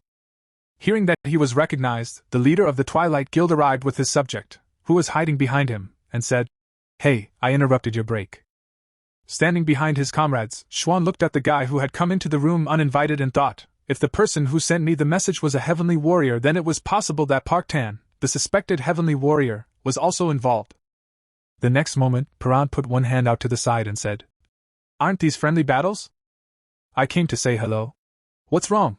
Hearing the reason for this person's visit to the waiting room, the Dawn clan fighters awkwardly said, I understand, but we are not in that kind of relationship.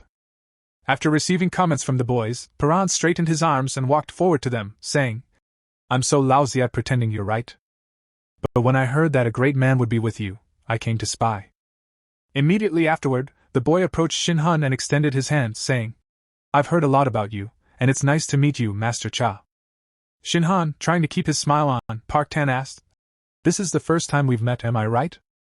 In response to the question, Shin Han shook hands with the guest and said, You're right. This is our first meeting. Continuing to shake Park Tan's hand, trying to get to the truth. Though the heavenly harmony of pure art still doesn't resonate with me, I don't understand the next moment, remembering the moment when Cha and Saul used those skills in the archer battle. He thought, if it wasn't his doing, then where did Cha and Null learn martial arts? And how can a person who hasn't been to Morm learn martial arts immediately? After the remark about the first meeting, Shin Hyun turned his gaze to Kim Chulho and added, But I know one of your workers. And then heard the four-eyed man awkwardly reply, It's been a long time, Mr. Chosen Hun. Continuing the not-so-desirable conversation with the guy who suddenly came to the opposing team's room, Shin Hyun added, I once tried to get a little closer to you through your secretary, but it's a shame that the conversation didn't work out. Immediately after his words, he turned his gaze to Park Ji-hun and added, "By the way, in the archer battle, my sister was a troublemaker for the Twilight Hunters." To which he laughed and replied, "I was just about to say that, as expected, your sister has incredible skills." Continuing the conversation with the guy he had already begun to hate a little bit, Shin-hyun smiled slyly and said, "Remember, I won't forget, you'll pay for it."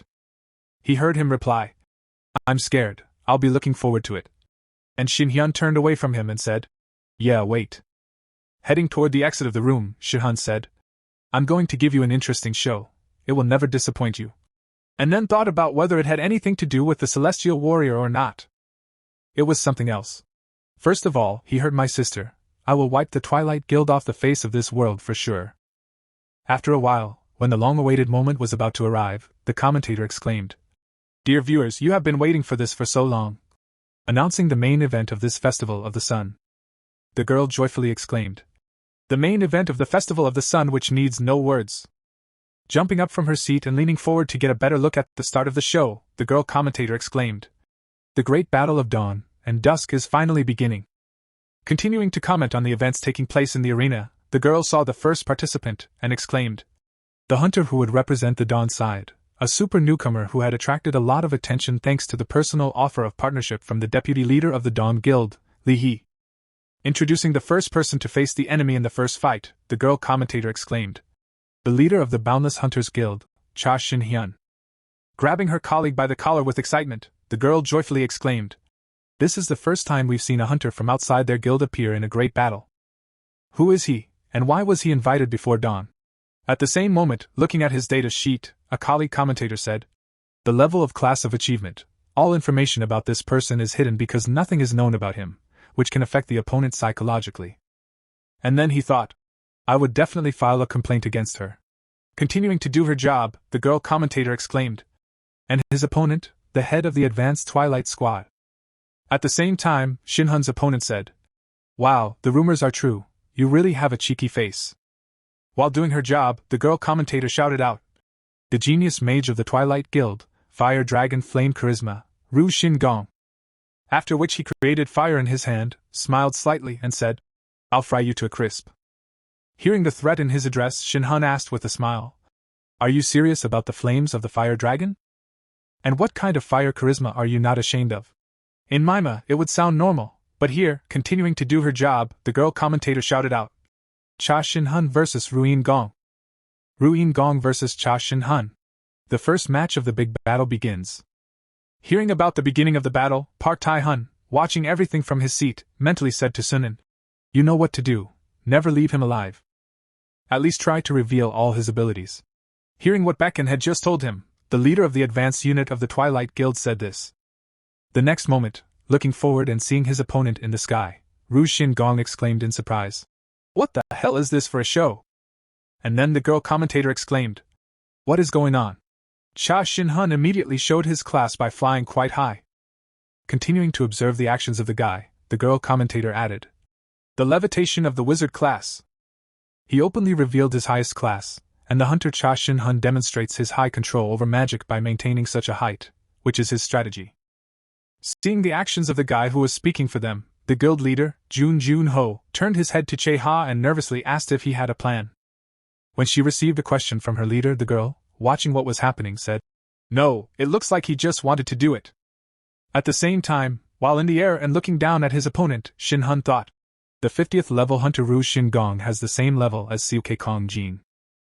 Continuing his thoughts, remembering the past leader of the Dawn Guild, the boy thought, "If I use martial arts, he won't be a good opponent, but if I fight using only hunter skills, he'll probably be good for something." Air above his opponent, Shin-hyun mentally said, "I'm at level 53 now. Although I've been raising my level quickly with my strength, I don't have much experience as a hunter." The next moment, Shin-hyun turned his gaze to a separate podium where the guild leaders who were watching the battle were sitting, and he mentally said something else, catching Baekhyun's gaze. Shin-hyun smiled slightly and said, "He's been watching me nicely, and thought to learn more about me."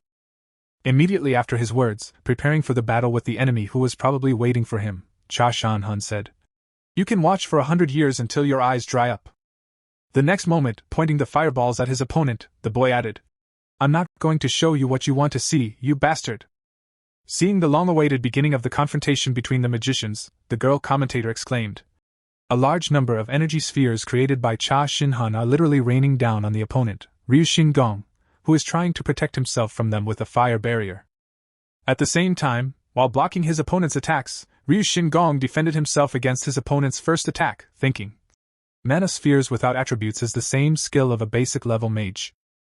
He decided to test me. The next moment, seeing a change in the behavior of one of the fighters, the girl commentator exclaimed, Wow! Hunter Ryu Mong is waving a flame like a whip in an attempt to counterattack. Cha Shanhun, continuing to repel the onslaught of his opponent, Ryu Shingong thought, My opponent is a wizard. He is definitely up to something. In total, there are 3 classes of mages: those who are not engaged in combat, making skill cubes and items, and artisans; those who specialize in combat and are endowed with special attributes by mana, called wizards; and also wizards, who are the embodiment of the phenomenon and concept of magic, are closer to people with superpowers than to magicians. They use teleportation or flight in battle, usually taking a position in the rear rather than on the front line, and are responsible for supporting roles, sometimes being exhausted by using their amazing secret weapon. Having finished his thoughts about his opponent's skills, Ryu Shingong rushed at Shinhan, but I didn't want to stand there and watch. Preparing to strike his opponent, the boy exclaimed, If you have a trump card, take it out now! Or else, the next moment, after shooting a beam of flame at his opponent, the boy exclaimed, Feel my heat! Putting a block in front of him to avoid harm, Shinhyun felt himself being carried backward when he was hit. At the end of the attack, when the explosion was heard, the girl commentator exclaimed, Wow! Unbelievable fire! Ryu Song blows up Cha Shanhan. Seeing what had just happened in the arena, the guild leader of the Dawn and the vice leader tensed up, after which the girl commentator added, What was expected from the fire dragon's flame? An incredible connection between the magic of the fire flame and his physical strength.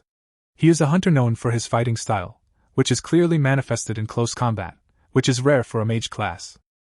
After the enemy's attack was over, Shihan got to his feet and said, I thought I was the only mage from Mamu.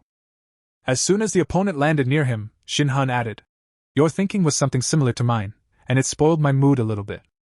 Seeing that his enemy was unharmed, Ryu Shingong looked at him with a stern look and began to prepare a spell, saying, I'm warning you once again, Cha Shanhun. If you don't want to just crawl around on the floor. Immediately after his words, using the special skill of the Fire Dragon March, the boy shouted out, Show me everything you have. Seeing what his opponent had just used against him, Shinhan said with a smile, You surprised me.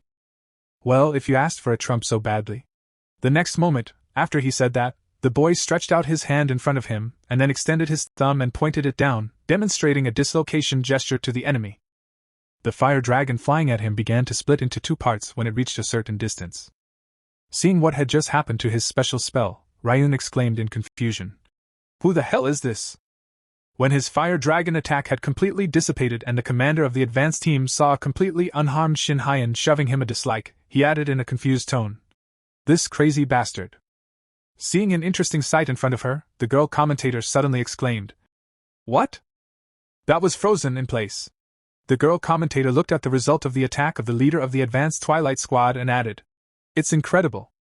He avoided the fire dragon's attack by using fast movement, but it's amazing how he managed to survive. Continuing to comment on the event that had just taken place, as the audience looked on in amazement, the girl commentator added, It looked like he was fried by whatever it was. The next moment, focusing her gaze back on Shinhan, she added in amazement, He had perfectly used the magic with just a snap of his fingers. At the same moment, turning his head to his vice guild leader, young Juno exclaimed, What had just happened? To which Lai Jia only laughed awkwardly, feeling very nervous. The girl thought to herself, No one can even really distinguish his power from magic. He was able to deceive so many people. And then she said, I don't understand what's going on either. At the same time, the leader of the Twilight Guild was already actively demonstrating his anger, and the veins on his face began to pop out. The tension continuing to do her job, the girl commentator exclaimed, Even the special move of the Fire Dragon March is useless against Cha Shin-hun. After hearing the commentator's girlfriend's exclamations, Ryan Gong mentally said, gritting his teeth in anger, that he hadn't worked on my special move. Unable to contain his rage at the fact that his attacks were so easily avoided, Ryun rushed at the guy with his fists, shouting, Shut up! Having blocked his opponent's attack with the barrier, Shin Hun smiled happily and exclaimed, "Why are you so upset? I'll show you something to comfort you." Having received an offer from his opponent, Ryu Shingong lifted one foot off the ground and prepared to strike, angrily shouting out, "Shut up!" Watching the action on the battlefield, the girl commentator saw the new development and shouted out, "Go, Ryu Shingong!" However, Cha Shan Gong held his ground and easily held him back.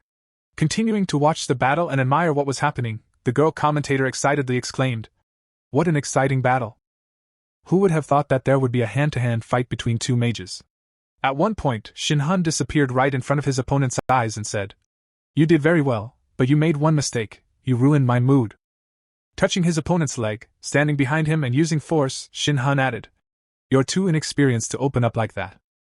The center of balance should be your feet, and you took them off the ground so stupidly."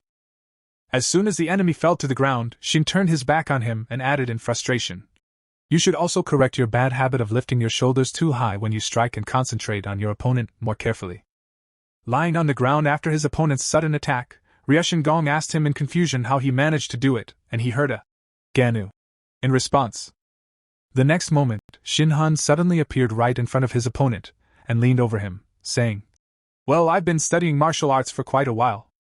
Continuing to press his opponent, who was sitting on the ground, the guy confidently added, "Well, you just don't have enough experience." Immediately after his words, he leaned even closer to the enemy and looked at him in a menacing tone, saying, "I understand you think you have enough abilities." Continuing to press his opponent, Shin Hun saw the angry expression on Ryu Shingong's face and asked, "It seems that I hurt your ego by pointing out that one of your pitiful ones is so weak?" The next moment, unable to stand this attitude, the boy suddenly shouted out in anger, "I'll burn you to ashes." Shin Hun saw flames begin to appear right in front of him. Realizing that the situation was escalating, the boy jumped back sharply, after which a sphere of fire appeared around Ryu Gong, preparing to use his strongest technique. The commander of the leading team angrily shouted, "Even if I use up all my mana, I will burn you to ashes." Immediately after his words, Ryushin Gong used a technique called the Fierce Fire Dragon March, which activated the use of true power.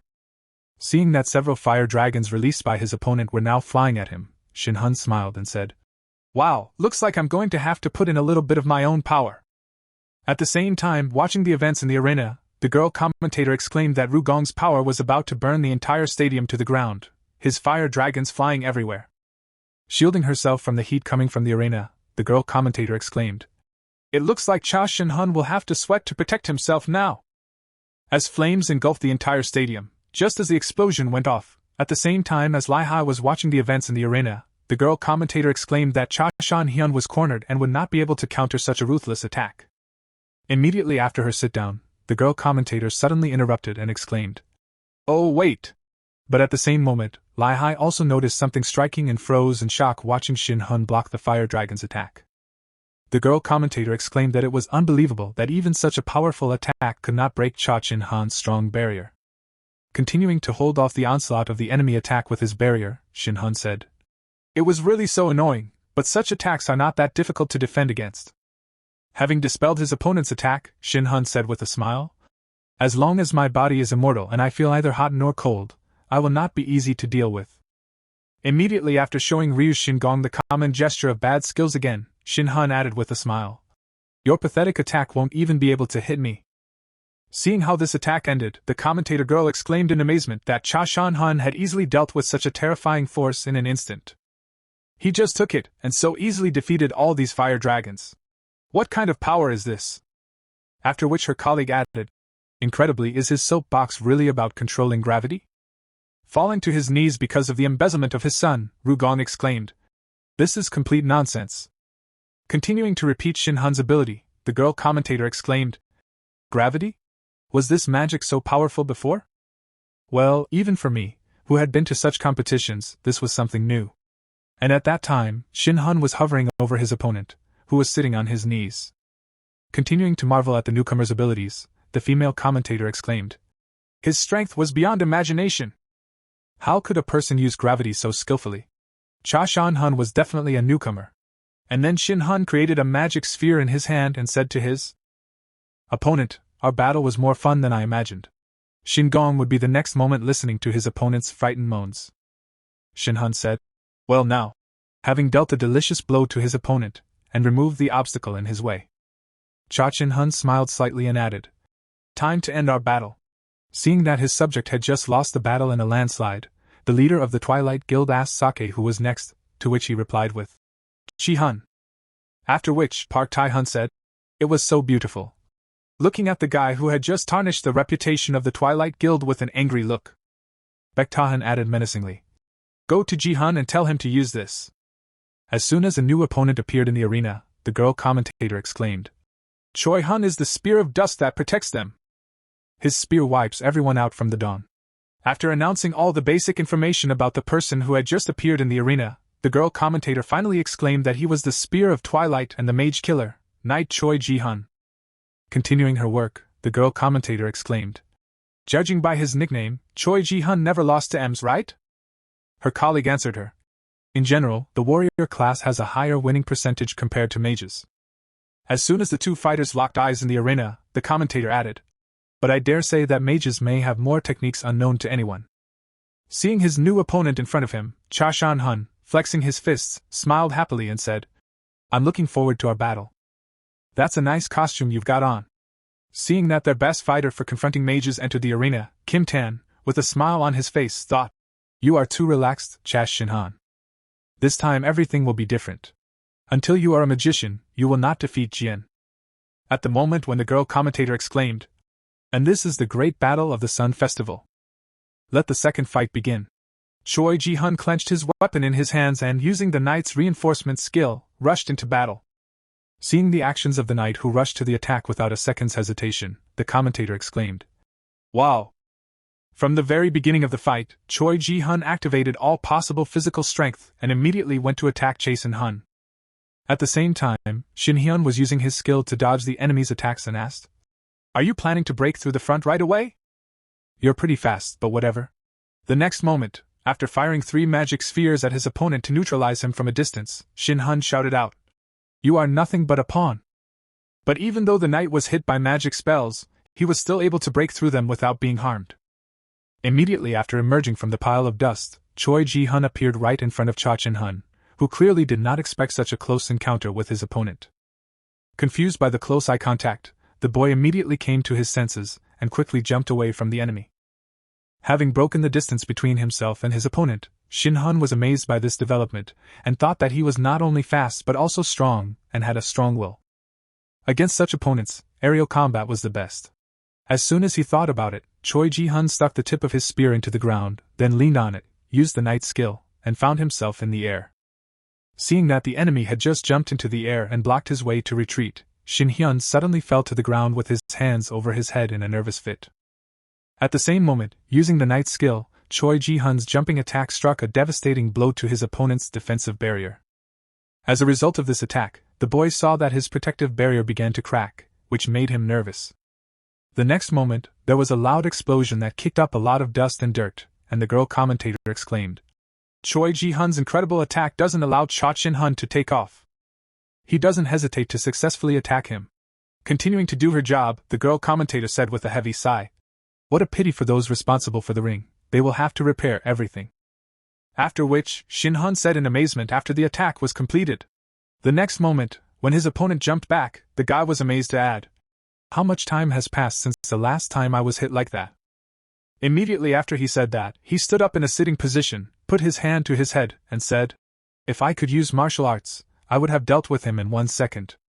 After his words, Shin-hun turned his gaze to his opponent, who was standing in front of him and waiting for another chance to attack, and said, "This, is pretty stubborn." The next moment, demonstrating the dislike gesture again, the guy said, "Okay, you wanted to see it like that." Immediately after using the skill, the Twilight Guild Knight suddenly felt a large force pressing down on him from above and pushing him into the ground, while the girl commentator exclaimed in amazement. The hunter Cha Chin-hun again used his unknown skill. Choi Ji-hun, who had not stopped since the beginning of the round, now could not move. The leader of the Twilight Guild calmly sipped his drink and then, hearing the girl's surprised exclamation, smiled slightly. After sticking his spear into the ground, Choi Ji-hun began to get back to his feet. Watching this, the commentator exclaimed, "This can't be true! Ji-hun, the hunter, was able to get up. He can stand up under such pressure. It's amazing!" As soon as Choi Ji-hun was back on his feet, he immediately looked at his opponent and said, "You thought you could stop me with your gravity? Now it's my turn." The next moment, the Knight of the Wall Guild swung his spear and rushed at the boy, shouting out to Chas and Yun, "Get ready!" Hearing the threat from his opponent, the guy waved his finger to the left and said, "What are you talking about? When did I use gravity?" The next moment, Choi Ji-hun felt his body rapidly fly in a given direction, combining with the wall due to his armor. Immediately after a good flight, the invincible Knight of the Storm of Magi hit the wall, and his armor fell off. When the guild leaders saw what had just happened to Choi Ji-hun, they opened their mouths in shock. Also overwhelmed by the shock of what she saw, the girl commentator confusedly exclaimed, "What had just happened?"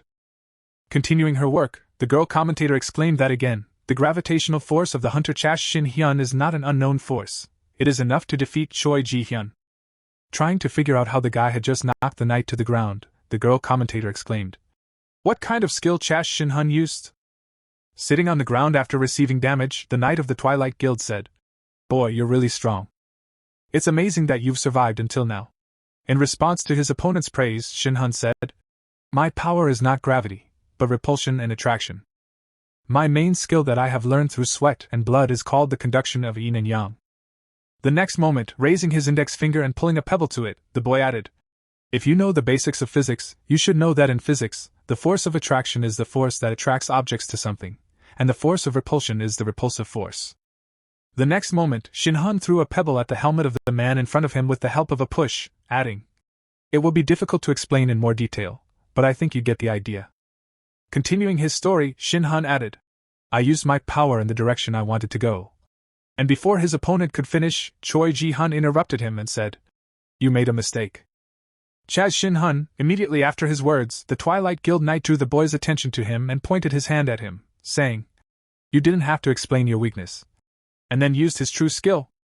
Choi Ji-hun, at the same moment, Park Tan contacted the vice leader of the Dawn Guild through the voice link and said to Ji-hai, "You know why Choi Jian is called the Mage Killer?" Continuing to gloat, after his subject began to play his trump card, Park Tan looked at the embarrassed girl and added, "Jian has a special skill." While the Twilight Guild Knight continued to reach out to his opponent, Park Tan added through his voice link that if Chas Shin-hyun had nothing but magic, he was finished. Smiling ominously after his subject had just used his special skill, the leader of the Twilight Guild said ominously, "He would die here." Hearing what Chas Shin-hyun's opponent had just done, the girl exclaimed in confusion, seeing the system plate before her, and shouted out a counterspell. At the same moment, seeing a system notification in front of him that said the use of magic was forbidden for 10 minutes, Shin-hyun, behind whom the knight was preparing to finish him off, said in surprise, "What?" Arriving at the next participant of the great battle, Jang Hun said to his comrade, "Choi Ji-hun, an order from the leader to use a counterspell." After receiving the order from the vice leader of the guild, Choi Ji-hun said, "This is not a skill I would like to use in public." "Why go so far?" In response to a question from his subject, the boy said, "The leader believes that Chas Shin-hyun is hiding something. I don't know what, but a magician with the power of attraction is too dangerous." Continuing to report the reason for such extreme measures, Jang Song-hun said with a sinister smile, "And that is why you need to finish him off." Recalling everything that the vice leader of the guild had told him before the fight, Choi Ji-hun walked toward his opponent, preparing to carry out the order. Driving the spear into the ground in front of his opponent, Choi Ji-hun said with a sly smile, "I see you're very surprised, Chas Shin-hyun. This is my true skill, a counterspell that temporarily disables the use of magic."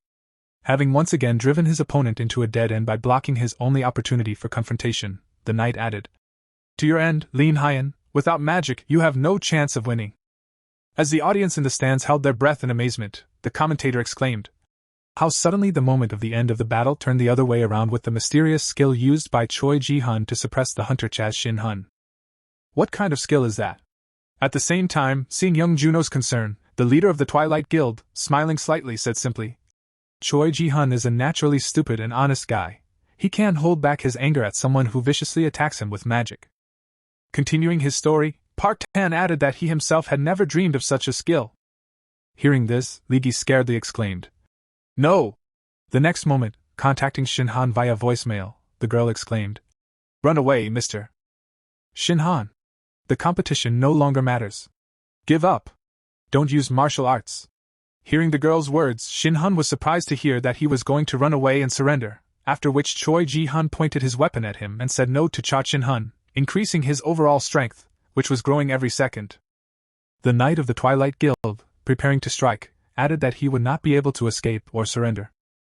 Walking towards his opponent, standing in front of him, Choi Ji-hun added, "Now the tip of my spear has a huge amount of accumulated power concentrated on it.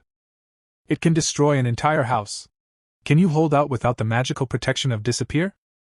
Cha Chin-hun, watching his opponent's attack which was already approaching him, said unhappily, "I would die if I did." The next moment, activating his martial arts, Cha Chin-hun added in a stern tone, "What nonsense you just said." Immediately after he spoke those words, an incredible amount of energy began to flow from the guy, which instantly pushed the enemy away from him. Seeing how his subject had just grabbed her head and moaned, young Juno asked the deputy leader in surprise, "Why are you suddenly here?" At that very moment, experiencing severe headaches during the resonance, Park Ti-hun thought the heavenly harmony of pure art began to resonate. But what kind of energy was it? At the same moment, flying back after the sudden jolt of energy release, Choi Ji-hun thought, "I have never felt such a large and frightening flow of magic before." Trying to figure out what had just happened to him, Choi Ji-hun wondered how this was possible. Was it magic? No, it definitely wasn't. The counter spell was still working. The next moment, seeing that his body was chained, the Twilight Guild Knight exclaimed, "What the hell kind of skill was that?" Appearing in front of his enemy after his exclamation, Shin-hun said, "It was not a skill, but a martial art. If you are wondering what it is, you can ask Park Ti-hun later." After which Choi Ji-hun asked about martial arts in surprise. Looking at his helpless opponent with a supercilious look, the boy said, "A few minutes ago, I almost became like I was before because they offered me to run away, and I hate to do that." Continuing to look at his disgruntled opponent, the guy added, "You look like you're very surprised that only you feel this power." Continuing his story, looking at his chained opponent, Shin-hun added, "The energy that binds your body is a type of sword wielding called a spiritual sword, a power that can be used when you reach the 40th inner level called the emergence of a spiritual sword. Although it is a type of sword wielding, the word sword here symbolizes the human will. If you reach this level, you can destroy people or separate heaven from earth just by thinking." The next moment, Shin-hun waved a finger to himself and said, "But that ending would be too boring, don't you think?" Immediately after the command, the chains began to pull the knight in armor toward Cha Chin-hun, who was leading them. The next moment, as soon as Choi Ji-hun was in range of Shin-hun's attack, he said, "I have to teach a lesson to the younger ones." Launching his opponent into the air with his next punch, Choi Ji-hun mentally said, "You watch carefully, Park Ti-hun, watch as much as you want." Continuing to demonstrate his true strength, Shin-hun, preparing to follow his opponent into the air, mentally added, "This is true martial arts." The next moment, using his whirlwind kick skill, Shin-hun jumped into the air behind his opponent and said the words, "You wanted to see in your head." At the same time, Park Ti-hun opened his mouth and watched in fright at what was happening in the arena. The girl commentator exclaimed in shock at what was happening. "I thought that Cha Chin-hun had stopped this strange skill." The next moment, when the enemy was lying in a pool of blood on the ground, the commentator added, "But now the situation has changed again, and now Choi Ji-hun cannot resist. Does this have anything to do with the energy coming from Cha Chin-hun?" The next moment, when the results were already visible, the girl exclaimed that it was the end of the fight. The medical team should hurry to the field. And then Shin-hun put his hand in his hair and said happily, "Refreshing. It had been so long since I had used martial arts. It was quite fun." While Shan-hun was smiling happily and Park Tan was bursting with rage, the girl commentator shouted, "Choi Ji-hun is eliminated in the second match of the Great Battle of the Sun Festival, defeated by the hunter Cha Shan-hyun." After this fight, Cha Shan-hun refused to continue the game, saying that his mana was almost gone. In the next battles of the Great Duel, Twilight lost with a score of 3-2, and the Sun Festival came to an end. As a result, Cha Shan-hun quickly became a star among the hunters, and the prestige of the Twilight Guild fell significantly. Arriving at Park Tan's office, his subject, Kim Chul-ho, who had not left for a long time, asked the leader, "Are you all right there?" However, he did not receive any answer to his question, and only some strange sounds and giggles came from the office. At the same time, sitting in his office chair in almost complete darkness, Park Tan continued to laugh hysterically as he recalled that day. The next moment, recalling the moment of Shin-hun's power resonating, the guild leader put his hand to his head and said, "It's funny, I was scared enough to be ridiculed immediately after that." Taking a jacket from the hanger and throwing it on his back, the man said it was a fleeting moment, but the strength he showed then was not at a level I could handle. You probably meant to say you're no match for me. Yes, Cha Shan Hun, I admit it, and I may not be able to beat you now, but if that's the case. Going about his business to carry out revenge for the tarnished honor and pride of Park Tan, he slightly smiled and told me there was no need to hide his means and methods. Seeing that Park Tan had just left his office, the subject shouted out to the guild leader in confusion, to which he exclaimed in a stern tone, "Let's go, Chulo!" Hearing that they were going somewhere, the subject was surprised to ask, "What and where are you going?" Before he could finish, the Lord interrupted him and said, "Well, where else can I see the heavenly warrior?" 1 week after the end of the Sun Festival, while receiving hundreds of phone calls, one of the workers put his hand over his face and said, "No, I'm telling you, the headquarters of the Dawn Guild was in complete chaos, with employees taking calls and saying, 'Hello, this is the Dawn Guild. Can I get a hunter for Chosen Han? Why are you asking for the contacts of the immense guild? How many times do I have to tell you Cha Shan Hun is not in our guild? He is in the immense guild.'" Losing control after another call, one of the employees angrily shouted that the deputy leader, Li Ji Hai, and the hunter, Cha Shin Hai, were not dating. "Hey, who are you jerk?" At the same time, in the next room, which belonged to the vice leader, there was Sheng Hun and the secretary, who sat in complete silence. At one point, trying to somehow calm his fear, the secretary said that, "As you may already know, we received a total of 328 calls and 800 emails addressed to the immense guild, or to be more precise, to the leader of the guild, Cha Chin Hun." Continuing his report, the man added, frighteningly, "Mostly it was those who want to join your guild, but there were 8 requests for cooperation, 43 requests for advertising, and 29 requests for filming." The next moment, turning his gaze to the guy who had caused all the fuss, the secretary added, "As you asked, we have refused all but one of the offers." At one point in the report, there was a knock on the office door, and a man exclaimed, "I'm sorry to interrupt, the chief secretary needs to come out and see this immediately." After which, the man said tiredly, "I'll end my report here." Immediately after the report was completed, the man headed for the door, sighed wearily, and said, "What had happened this time?" As soon as they were alone in the office, Li Hai put her cup of tea on the table and said, "Well, this is how things are going, and this is what it's like to become a superstar." After receiving the question from the girl, Shin Hun sighed heavily and said, "You don't have to tell me. I don't mind being famous, but I don't like all this noise." While the girl looked down guiltily, Chain Hun said, "His name is Dongwan, and I should thank him." The next moment, suddenly looking up, she said, "I'm a little late, but I apologize, Mr. Shin Han." He asked in surprise, "Why are you suddenly here?" After receiving the question, Li Ji Hai recalled the moment at the competition and said, "I didn't want to reveal your identity, so I asked you to surrender. I didn't take your opinion into account. I apologize." Tilting her head down, she added guiltily, "It was a situation in which you could be in danger if you did something wrong." And then Shin Han said, listening. Standing up from his seat and folding his arms in front of him, the guy said confidently, "You're working yourself up too much. Do you really think I would get hurt over such a trifle?" Continuing to lecture the girl, the boy added, "Of course it's sad, but I didn't want to use martial arts myself.